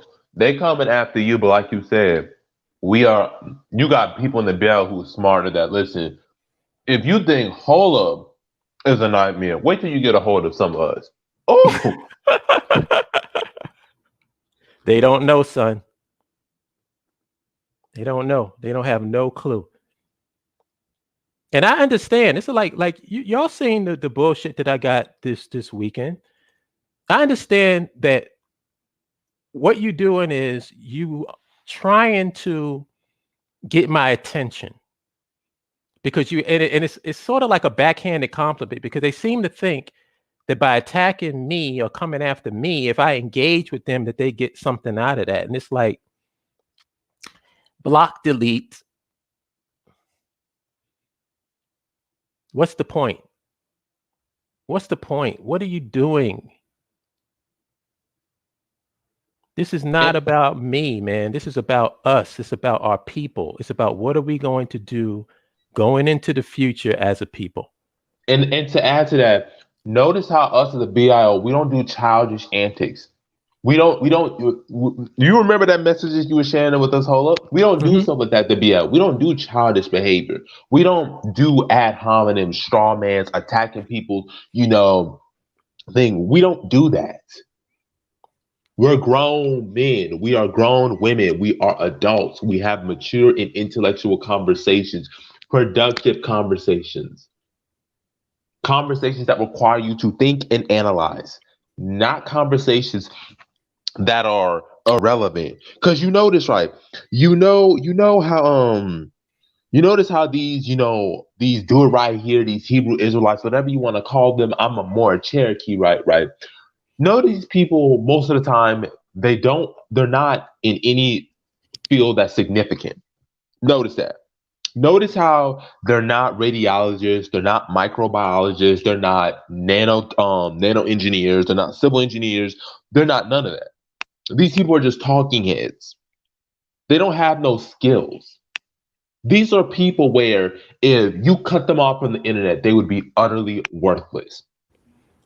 Cause see, me and Dawood, and you hold up, we can get off this microphone right now and we can do our skills for the rest of our lives and live out in the sunset and be perfectly fine.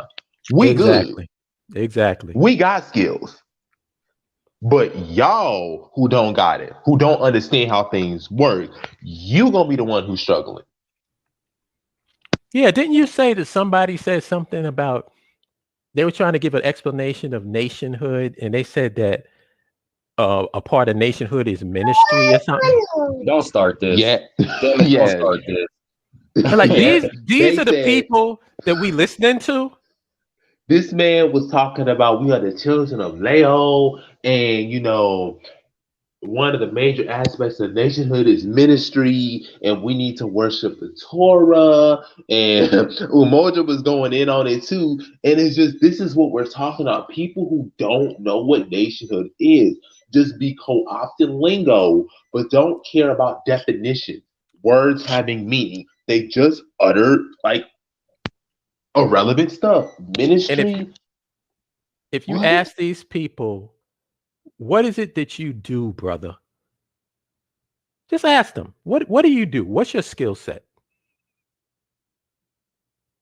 How many of them are going to actually give you a straight answer?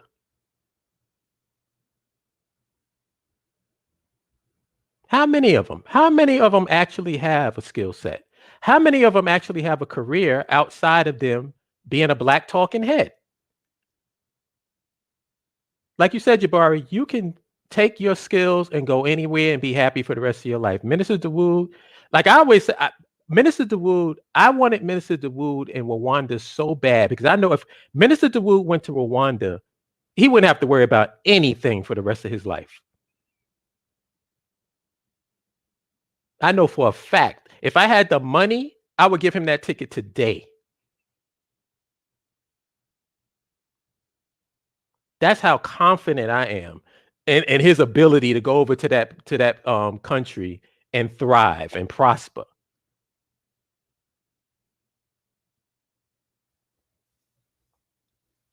So we have skills, we have people, and we have the intellect and the ability to talk about complicated subject matter in an intelligent way. Now, oh yeah, speaking of that, right? Speaking on that, right? When you talk about when I said that the aspect of nationhood was a ministry, you not know when I was listening to this debate, it was FBA versus Afrocentricity, right? They were asking, do black people need public policy? And Tariq says, nah, we don't need public policy. And I just literally was just cringed, and I just literally was like, this is why we need the microphone, because how is he trying to do a how, greatest hits? Is that what it is? Is he trying to do a reverse greatest hits or something like that? Because he already got owned by the white supremacists. And if you don't think that he got owned by the white supremacists, you're a moron. I mean, it was so cringeworthy with that. I mean, he was talking about, well, we don't need public policy. What black people need, we need our own economic base. We need our own education system. And I'm like, oh, so what you're saying is we need a nation. We need stop with the proto-nationalism. Stop with the proto-nationalism. This proto-nationalism. Stop it. Yo, if you listen, I was debating, I don't want to say debating, but I was having a discussion with this guy from ADOS. This was maybe last year or so. And they were talking about reparations. And I said, well, who's going to delegate the reparation? Like, is there going to be some type of organized body in place to deal with the reparations, or is it just going to be individual checks?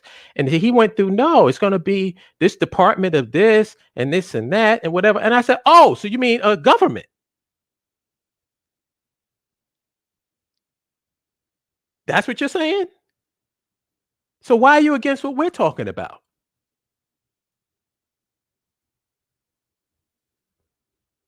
So you're going to have another government set up inside of America so that they could distribute the reparations. Makes a lot of sense to me. And speaking of reparations, right? They were talking about why Japanese Americans got reparations and African Americans didn't, or why Jewish Americans got reparations or Jews got reparations. And one of the arguments that she made on this BBC article when she said against reparations, when they talk about Jews got it, and she was like, the difference was because that was an agreement between two nations. Because when Black people think Jews got reparations, they think it was just reparations were paid to Jewish families. No, the reparations went to the Israeli government. That's why it's called the West Germany, the 1952 West Germany Israeli reparations agreement. Thank you. When you talk about Japanese Americans, right?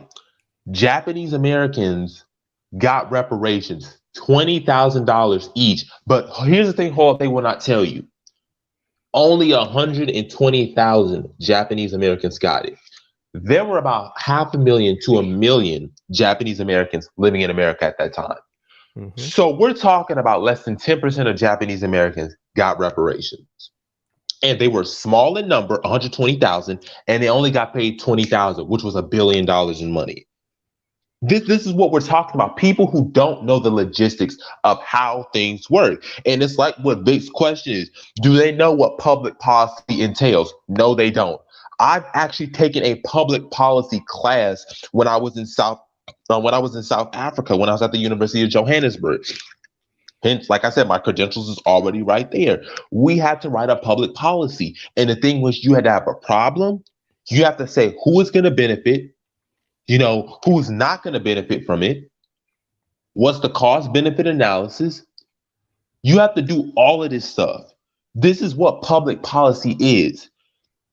Minister DeWoo was talking about it with his being an electrician.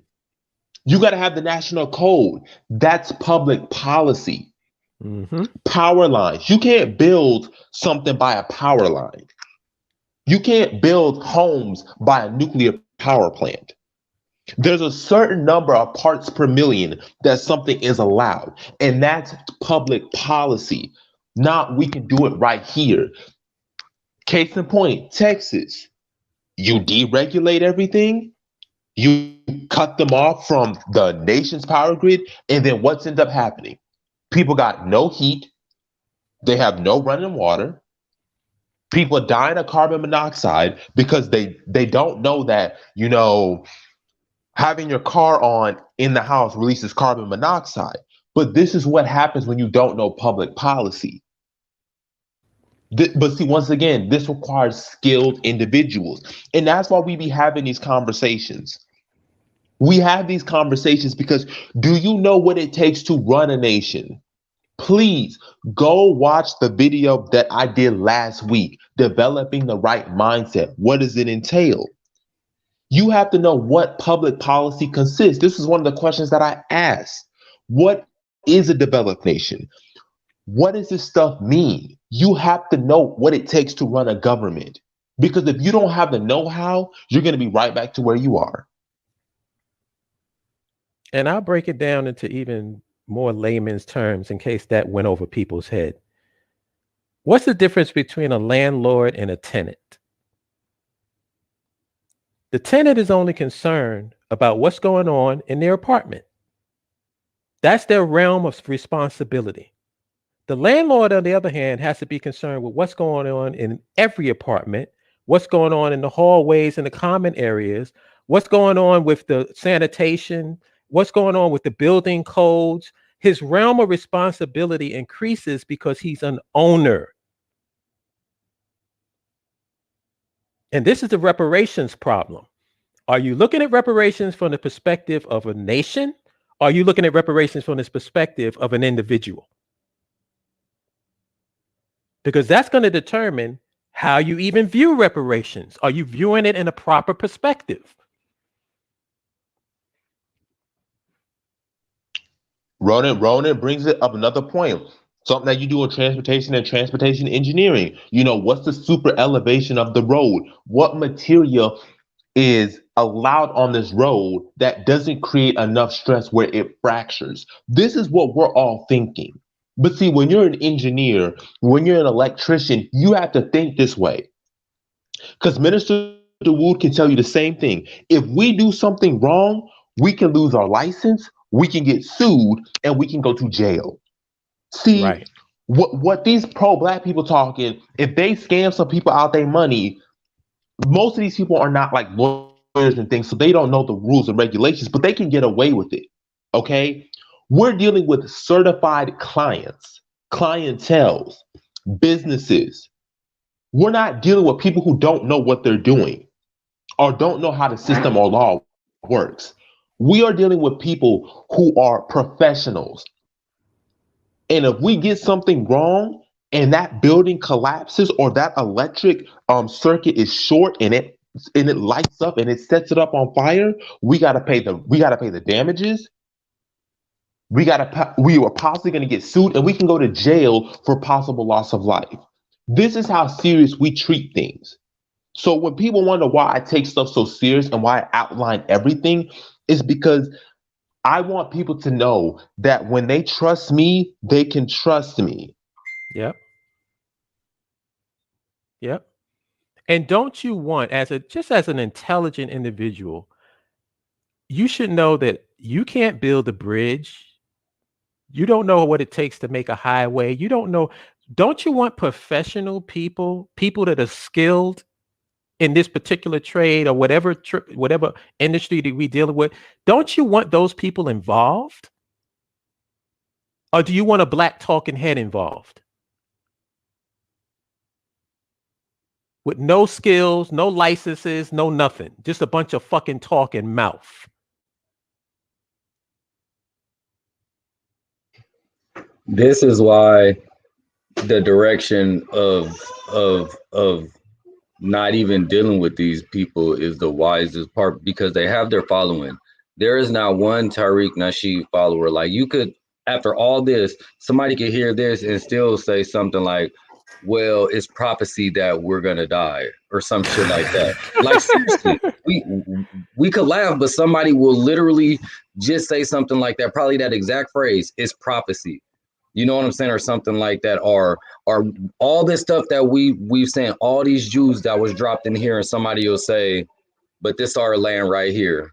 Still, so it's like they're like us wasting our time. Like, I would see that being no different than back when than somebody arguing about what's nationality and what does black mean, and you know what I mean, stuff like that. Like, I don't see a point in it. There's like too much stuff that we could be doing, and I think that like being focused on like, okay, if what we need is membership, all right, focus drive on membership, like how to do that, like what are some different strategies, what are some other platforms to go and get it and everything else, right? If that's the mission, and actually being focused on the mission and then going from there instead of end up going in circles. Because what we have a history of doing as black folks, like across the board in anything, is to like hold on to something and then be going in circles doing that while working hard with nothing being done. You know what I mean? So like focusing on what we need to do and saying fuck what everybody else doing, because we know that everybody ain't coming. We know everybody don't have intentions on coming. So why waste time on them? Yo, Yamoja. Sir. You mind if I be petty for just a second? All day. What is the guy named 666 Savage? Is that the name? Yeah. Okay. Brother, I don't know if you're a 227 fan. Are you into Spider-Man and, you know, the Daily Bugle and J. Jonah? It's BAIO, africstan.org/register if you haven't already registered. Anybody else is just talking out of their ass. They don't give a fuck about nationhood. They don't give a fuck about the people. They don't care about any movements. All they care about is their own geopolitical pundit, cultural critic ass. So I would try not to spend too much time spending any. Oh, they make a great point. No, they don't. And if they do make a point, it ain't for us. It's for them. Hold up. Here's what. I'm sorry to interrupt, but even then, when they talk right, when you ask them, can you go into detail on how this would work? They can never answer it. All because they they're can not do skilled in it. They talking out of their ass. They got all of these opinions, but they don't have no skills. They don't have any. But the reason why they do that is because they want people to think that they're so bright and they're so intelligent. That's the purpose. The purpose isn't, well, this is for the people. This is for the movement. Because if there was, there wouldn't be any doppelganger shit going on if it was really about that. So in short, Savage, fuck that dude. You right where you need to be. Sorry, Emoji. I know you don't like me to be petty.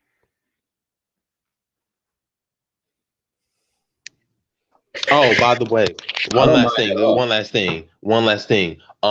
Where is this? Oh, we are not black. We are the indigenous, more Hebrew Israelites. Did y'all see what happened to young Pharaoh? Did anybody see what happened to young Pharaoh? No. I'm glad I didn't either, but since you know, let us know. So young Pharaoh was talking about, oh, Judaism is a fake religion, and they are fake Jews and all this stuff. And he got canceled and kicked out of CPAC, talking about Democrats this and that stuff and QAnon and all this stuff. Why the fuck was he at CPAC? He was at CPAC? Yeah, he was supposed to be a speaker at CPAC, and then they canceled him for those comments. But he was supposed to have been at CPAC. And I was like, this is the person y'all listening to? Like, y'all really listening to young Pharaoh? This is the dude y'all listening to. Somebody, like I said, people who don't live in reality. Y'all give yourselves the time and day on people who are not educated, who do not have the skills, don't know what strategy is. And these are the people that you're listening. You're listening to young Pharaoh out of all people. This is the person you're listening to. Because that's what we want to hear. That's what we want to hear. We want to hear about Al-Bulacan and the Anunnaki and the aliens and everything that keeps us out of our minds. Remember, we don't want to hear about stuff that we could actually do. We want to do anything that keeps us stuck. Remember, Umoja, is they, not we. Man. Remember, it's they, not we. We ain't doing none of that shit. Yeah, they had the CPAC had to write a message saying that we cancel somebody for what they were saying. And like I said, but y'all listen and y'all like, well, nah, he's speaking truth. No, like there's something called fact and there's something called conspiracy and make believe. And just because what was he going on there for in the first place? That's what I want to know. Exactly. Like why?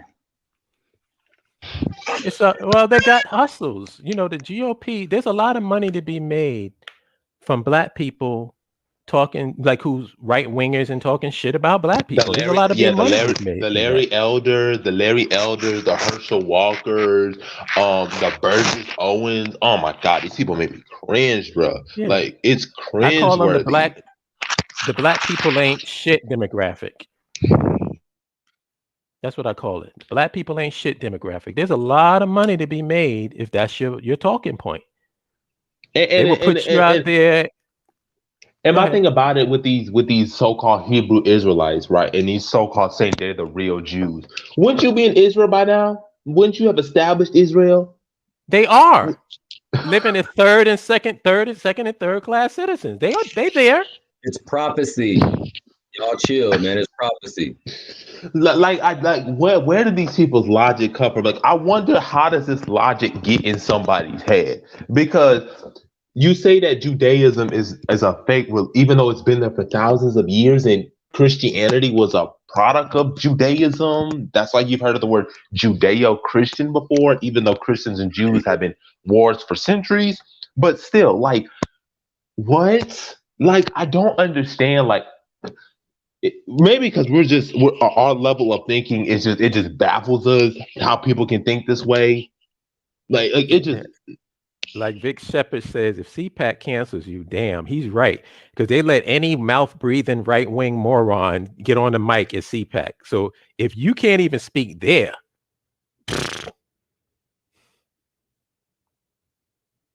that says a lot. But it also says a lot about us. Like that group that y'all was telling me about on Facebook that got 1 million Black people in it. Wait, what Facebook group is this? What Facebook group is this? I don't even remember, but the Moja probably remember. Isn't it the blackout agenda or something like that? Yeah, something like that. 1 million Black people is in that group. Could you imagine if there was 1 million Black people in the BAIO?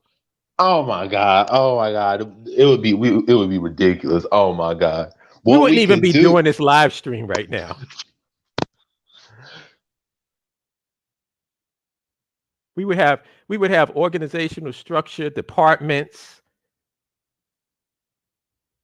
all of that shit, and be actively building on the continent right now with 1 million Black people. But when you're on Facebook, all you got is bots and spam.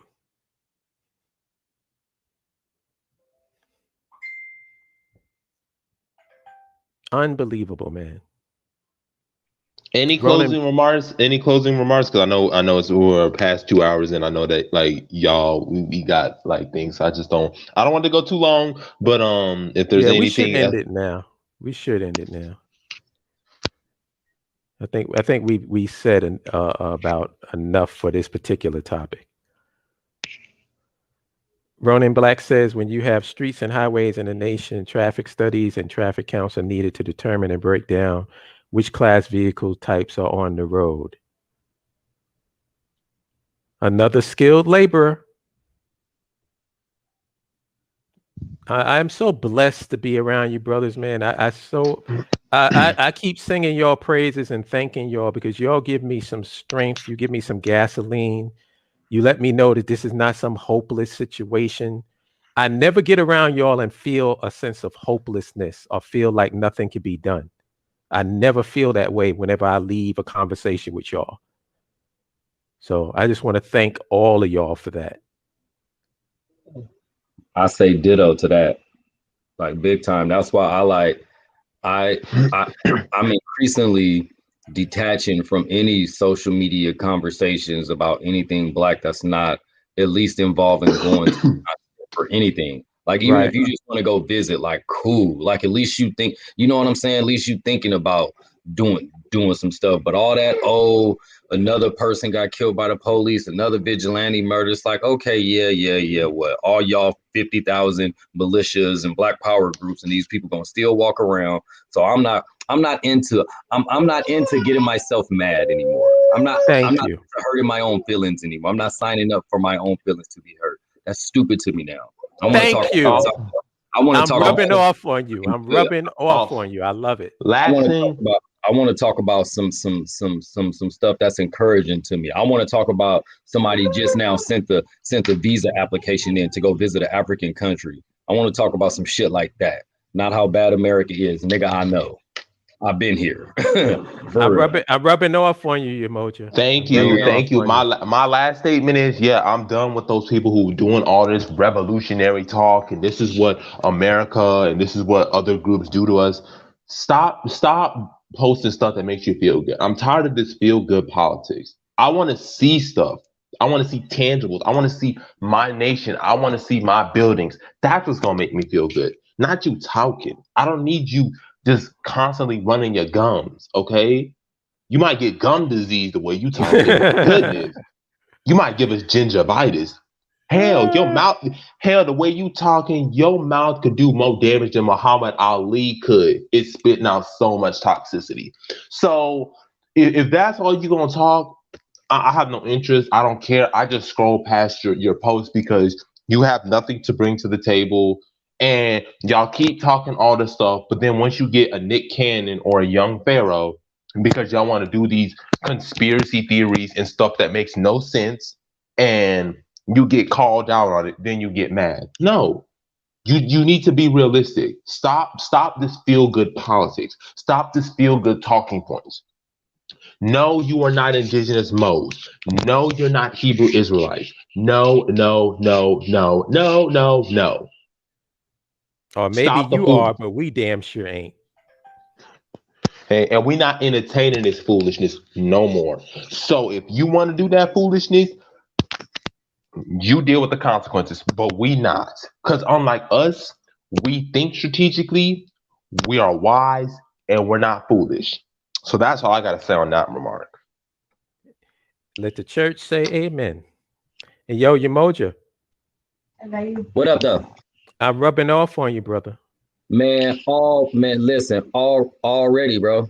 Already, like straight up though, listening to you, like I was like, this dude is saying some stuff that I be saying in my little circles, and they be like, calm down, you too black, and stuff like that. And you know how at first you want to support your brothers and like try to talk to them, but after a while it's like, okay, well, y'all just want to keep complaining, y'all don't really want to do anything, and then when a solution is offered to you, you want to talk bad about that too. So clearly you just like to complain and bitch and moan without thinking about doing nothing to change it. And then when you say that and then I'm not revolutionary. I'm the one not for my people. When I'm saying, okay, if somebody hurt us, bust their head. Well, we gotta do, shut up. Yeah, straight up. Y'all ain't serious about nothing. Who said that? Somebody said that the only thing black people serious about is not being serious. And that's just some real shit, man. Y'all just want to talk. I don't want to talk anymore. So one thing for Vic is Vic in the group chat. Is he in the group chat? Yeah. Okay, because I need to message him something, so I just wanted to make sure. Oh yeah. Also, Jabari, don't forget to put your email address. Emoji did, but you didn't put yours yet. Okay. Just let everybody know what it is if they want to, get in contact with you. All right, no problem. Hold on. Oh my God, I cannot post anything in the comment sections yet. Just tell them. They can write it out. Yeah, so you can contact me at DariusLamb2018@gmail.com. Just DariusLamb2018@gmail.com. If you have any questions, you can do that. All right, y'all. It's been real. Love it. Yeah. All right, fam. Peace. Peace, y'all.